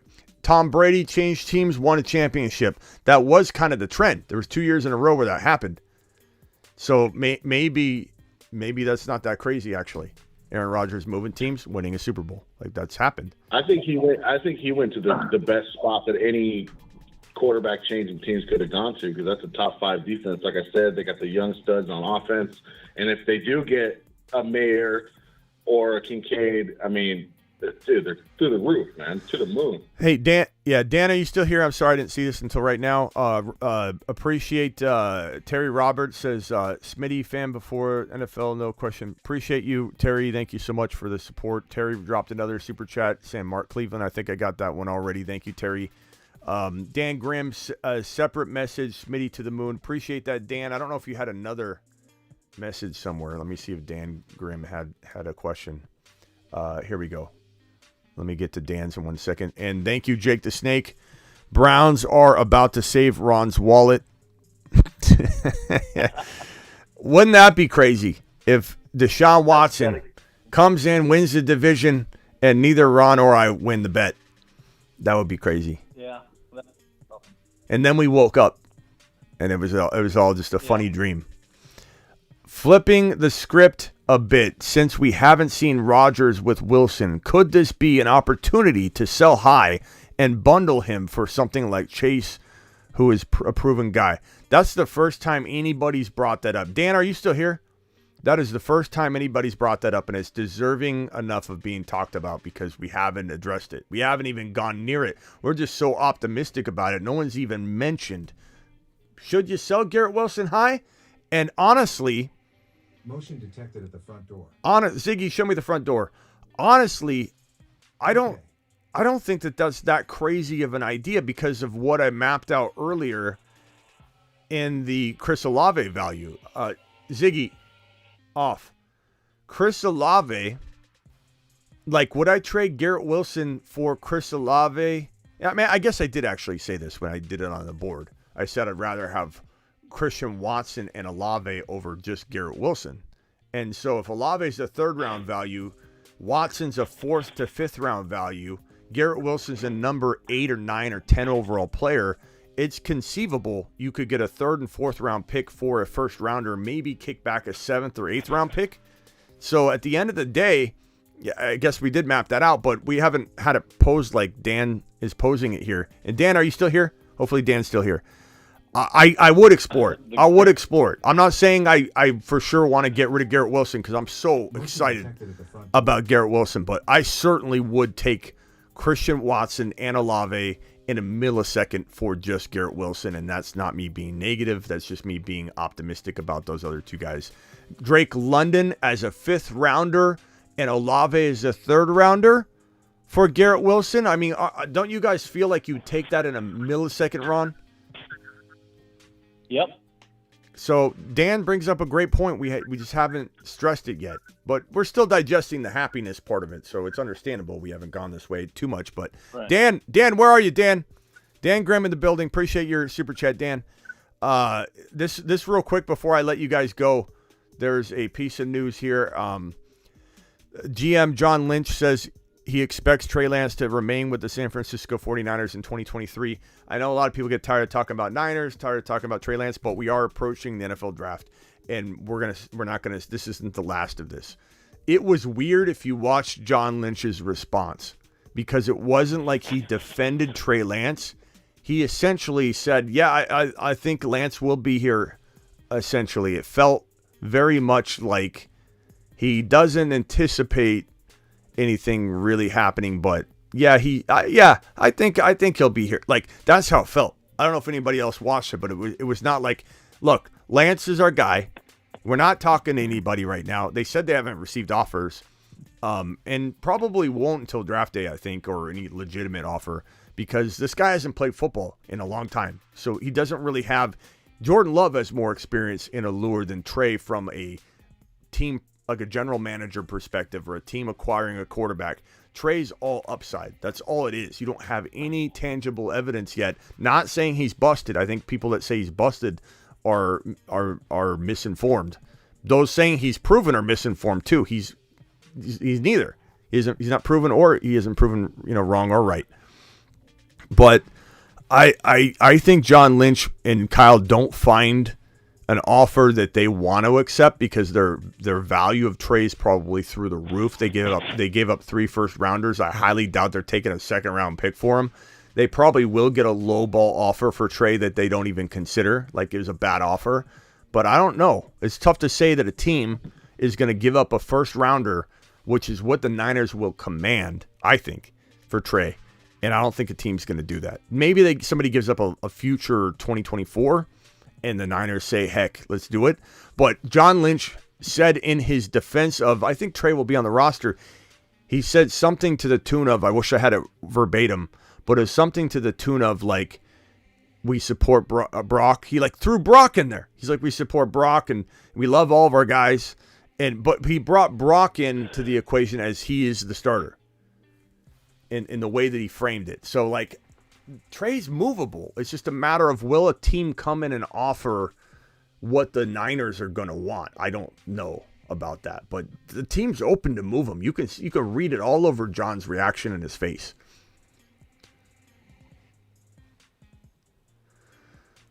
Ron, or let's go real quickly. George from the Bay, any final thoughts, bro? Yeah, I'll comment on the Trey Lance stuff because that's the team out here that I follow, and that's my team. They're not trading Lance. It's going to cost them too much money on the books. I think it's going to cost them $9 million this year just to keep him, and then if they trade him, it's going to cost them another $10 million. So it's close to $20 million. They're not going to trade Trey Lance. They're going to keep him with all the problems they had at quarterback last year. They already said they're going to keep as many quarterbacks on the roster this year as they can. I expect Trey Lance to be the starter. I expect Trey Lance to have a good year, if not a great year. I hope, bro. I hope. Yeah, I mean, the only thing is, like we've talked about before on other shows, is Kyle going to pull his fucking head out of his ass, and run this offense like he ran with Purdy and give Lance a shot, instead of trying to run him in the ground. That's the biggest question mark when it comes to Lance, And one thing about that press conference today, I did see that press conference, and when they brought up another question later on, John Lynch did mention Brock Purdy first before any other quarterback name. So I feel like Purdy is John Lynch's guy, and that's what he wants him to start, because he's a winner. But I mean, honestly, you put any of these quarterbacks, Purdy or Lance, healthy, performing at an elite level on this team, they're a front runner to win the NFC. So it doesn't matter who's the quarterback. Yeah, I can agree with some of that. I will say that my take on that press conference was that Trey's available, but I agree with you. Their asking price is going to be laughable to other teams. So I think ultimately you're right. He won't get traded. But I do believe the verbiage and the way he speaks about it, they're open-minded to it. Like, they're trying to potentially get an offer that they're going to probably reject. So I think he ultimately stays, but I think Trey's set up for failure. I think it's all smoke, Smitty. I think it's all smoke. It might be. Think about it. You look at the Niners organization over the last 5-6 years since John Lynch has been the GM. Nobody knew they were trading for Jimmy Garoppolo. Nobody knew they were trading DeForest Buckner. They've got all these moves. So when all these reporters like Ian Rappaport and all these make these speculation, these posts, it gets all the smoke. None of it has any kind of tread behind it. It's all fake news. Yeah. I hear you. Ultimately, though, I think they're open-minded to it. I just think that you're right. It probably won't happen. But I also feel you're right, and we've talked about this before, and obviously we're in agreement that Trey might be set up for failure. Hopefully he's not. Them making comments, especially John, over and over about Brock Purdy being the guy when Brock Purdy can't even step foot on the field is ridiculously bad for the confidence of Trey. And you got to instill confidence in Trey. And the best way to approach it would be to say that, you know what? These guys are both capable of being our leader, and we just can't wait to see them, out there doing what they do. And whoever wins it, wins it. And I have a feeling that one of them is going to explode, if not both of them, and we have a real problem on our hands. That's how you handle that situation. You don't, and if you're going to blanket say, like Bill Belichick, no one's job is safe. Like, I could understand that, even though I still disagree with that approach. But they're not saying that about Purdy. They're supporting Purdy. They're backing Purdy. I understand why, but you're having to go into this with the guy you gave up 3 first-rounders for, and you're not putting your support behind him properly. So it's an absolute train wreck in the making. And I do agree with you in some respect that you put any one of those guys behind this offensive line, not necessarily the offensive line, but I mean just in this offense, with Christian McCaffrey in the backfield, with Ayuk and Debo and Kittle in a number 1 or number 2 overall ranked defense in the National Football League, it's going to be a nice season for you. But You guys have had a problem keeping your quarterbacks healthy. And I think that the way that Shanahan's approaching this Trey Lance situation is par for the course for having it end disastrously at the quarterback position. You know what I mean? Like, I don't think that this is an accident or bad luck that your quarterbacks, A, keep getting hurt, B, you keep getting left wanting more at the end of a year. I just think that something's got to change. And this approach right here of how they're talking about your starting quarterback, Trey Lance, as if he's not even in the room, and you're talking about it behind his back. That's how it feels. And it's just like, it doesn't feel like you're setting yourself up for success. I hate to say it. That's the way I feel. But you know what, bro? To end it on a positive note, guess who had their back against the wall that had nothing going for them momentum-wise, that should have failed? Brock Purdy.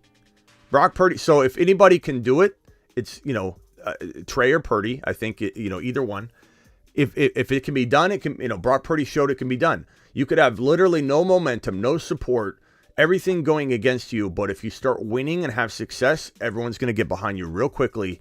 And we've never seen Trey Lance play with Christian McCaffrey. We've seen Christian McCaffrey play with Brock Purdy. If you want my honest advice, Trey Lance is better than Brock Purdy. I truly believe he's got more talent. It's just a matter of, like you said, and like I've said, will Shanahan give him a smaller playbook and control him and limit him and not let him open up the offense? Will he allow Kittle to actually be involved, or will he put an offense in place that he put in place for Jimmy, where the tight end position isn't even utilized because you don't have extended plays like Brock Purdy, where Brock Purdy's checking through the entire route tree with these wide receivers, going through his progressions. Kittle has a delayed route that he's blocking, breaks off an amazing route, is wide open, throws the football to him because Purdy's mobile in the pocket, can extend plays. Or is he going to say, first read, run the ball 10 times a game, you only throw on this situation, like, here's your limited playbook, you don't have a cannon. Purdy and Trey are both mobile. I don't know why Shanahan calls Trey Lance a dual threat and he doesn't call Brock Purdy a dual threat, because he has different ideas for each of those quarterbacks. That concerns me. That's a problem. Yeah. But bro, maybe Trey just completely takes destiny into his own hands and says, I don't care, and he blows up, bro. I hope for it. I really do. All right, right on, Smitty. Hey, appreciate you, George. Good luck with all that, and I'm sure we'll be hearing from you between now and draft day. So I'll be live the entire 6 hours, an hour leading into the draft, an hour after, and everything in between. I'll be live the entire time. So I expect you to be here. Your Niners don't have a first-round pick, but you guys are always active on draft day. I have a feeling maybe there'll be at least some rumors getting kicked around. So I want to see you in here, George. Appreciate you. I'll check you later. For sure. All right, Brucey, final 10 seconds. Go.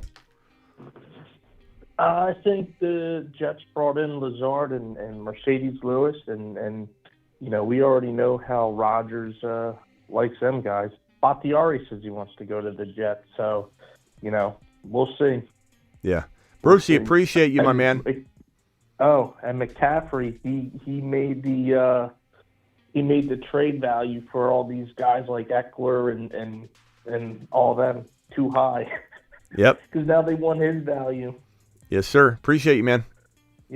Later, Bruce. Appreciate you too. Call in later. I might be live tonight. You never know. Ron Navy, final thoughts.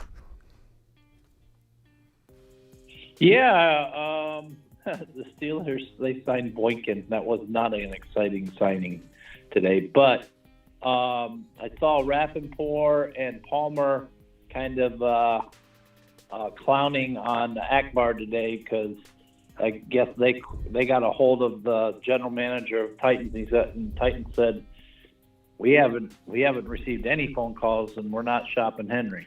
Yeah, that's what I was. That's what I was afraid of. And then we're clowning Akbar. Yeah, so I guess I was right. Kind of, I said it's a trap. Yeah, I mean that's when I went live, I was a little bit, a little bit skeptical that it was going to happen. It was, a lot of people were saying it was going to happen, but it just felt like it was a good source. It felt like a guy that's well connected. It felt like a guy that wasn't out here trying to, throw mud at a wall constantly.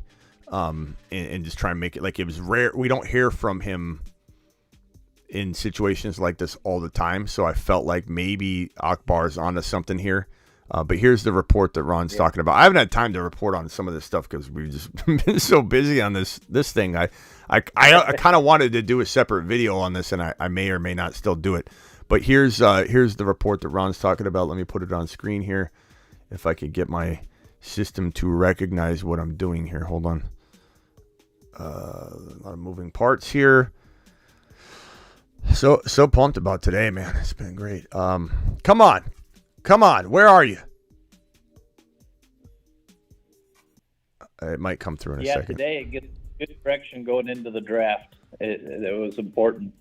Yeah, there's a lot of good content kickstarted by this. Here's the Derrick Henry. I got to screenshot it from my computer. Hold on. So here is the report. I'll read it to you all as I put it on screen. This was shooting down Akbar's prediction. You heard it first from me on Twitter, where the Titans GM said that he has not received any calls about Derrick Henry. He hasn't received a call about Derrick Henry. And Akbar says it's done.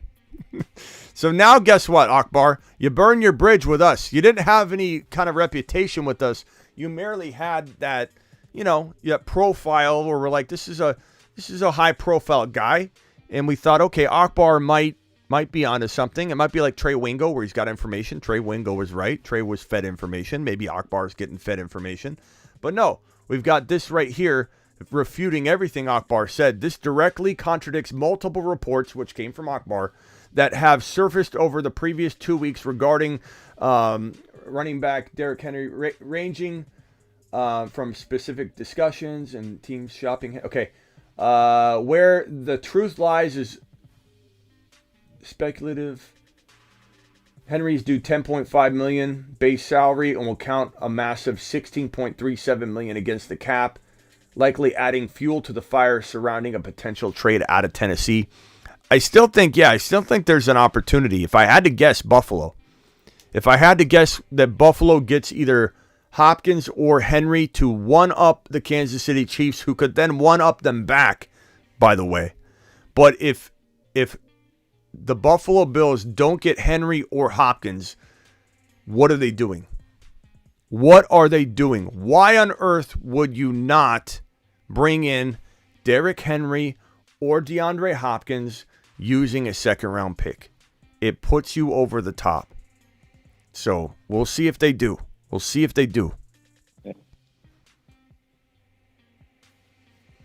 All right, Ron, appreciate you. I imagine there's a significant chance I go live on some breaking news tonight, so we'll have to see. We'll play it by ear, but I appreciate you calling in. We got Ron Navy, legend on the show, Mark Cleveland, legend on the show. We didn't have Denny or Steven or a couple other staples call in, but I'm sure those are to come. I'm trying to like the whole Mark Cleveland thing got me thinking about other people that have been missing. Like I think I need to call a bunch of people out. Ale, remember Ale? ALE? Remember Ale? He used to be here all the time. I don't know if you remember him, Ron. Just Derek. Where's Just Derek? I'm looking at my door. Zach Hinkerson. Where's Zach? Zach. We've got What about the guys that had the same last name but they're not related? Yeah. And they were like the top super chatters last year. J-Rod, where's J-Rod? Where's I got in touch with Vampy. Him and Mark Cleveland. I thought of both of those guys today. I'm like, where's Mark Cleveland? Where's Vampy? I reached out to Vampy. I reached out to Mark Cleveland. Both those guys are fine. They're coming back. They're just taking a little break. T-Man, remember T-Man? Not B-Man, but B-Man's in here. T-Man. We've got Jordan Roberts. What happened to Jordan Roberts? What about Tex 416? Where's Tex? Like, where are these guys? We don't take any time off. Yeah. We don't take any. This is year round. All right, Ron. I'll see you tonight. I think maybe. I said earlier, and I don't think you heard me, but and I know he's probably listening. So I'd like to hear the Voss come in and give his thoughts on Aaron Rodgers and the Jets. So, Voss, if you're out there sometime, call in and give your opinion on what went down. Okay, That's what Ron. I'd like. He's probably going to call in and go, okay, Ron, maybe. I'll tell you what we I don't say. get enough. I understand you don't like coming on all the time, but Yeah, we don't get enough. He's low key, but we love the Voss. He's low key. I've invited him on. Come on. I don't mind if he comes on. I always get excited when he comes on and he talks, and it's just like I wish you'd call in. I mean, people hear him at the beginning. Yeah, it's weird because when you see a celebrity and you're like, oh, like you see him, you're like, oh my god, that person looks just like I visualize them because I see him all the time.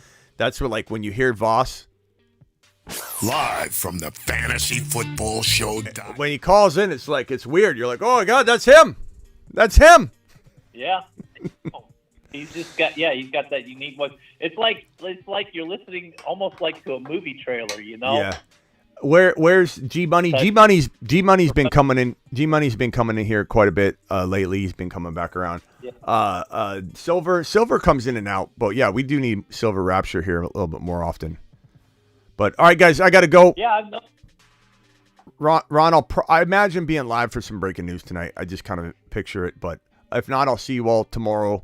I'll do some live premiere tonight on Gibbs, maybe at the very least. So hang tight. I'll see you all later.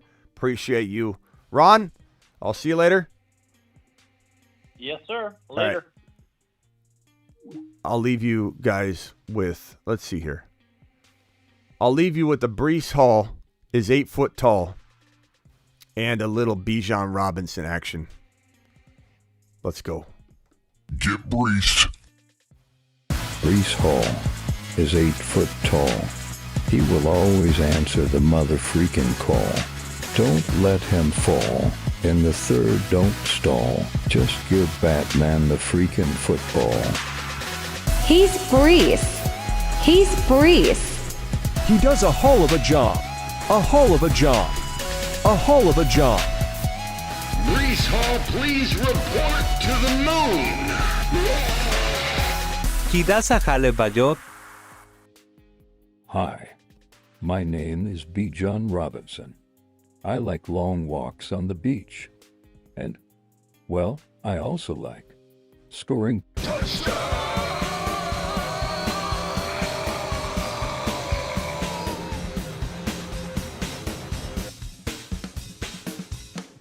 Get Charbonnet. Pop open a nice bottle of Charbonnet.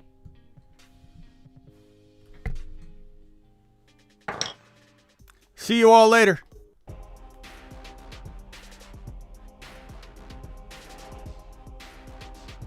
He's Denny. Denny. He's Denny.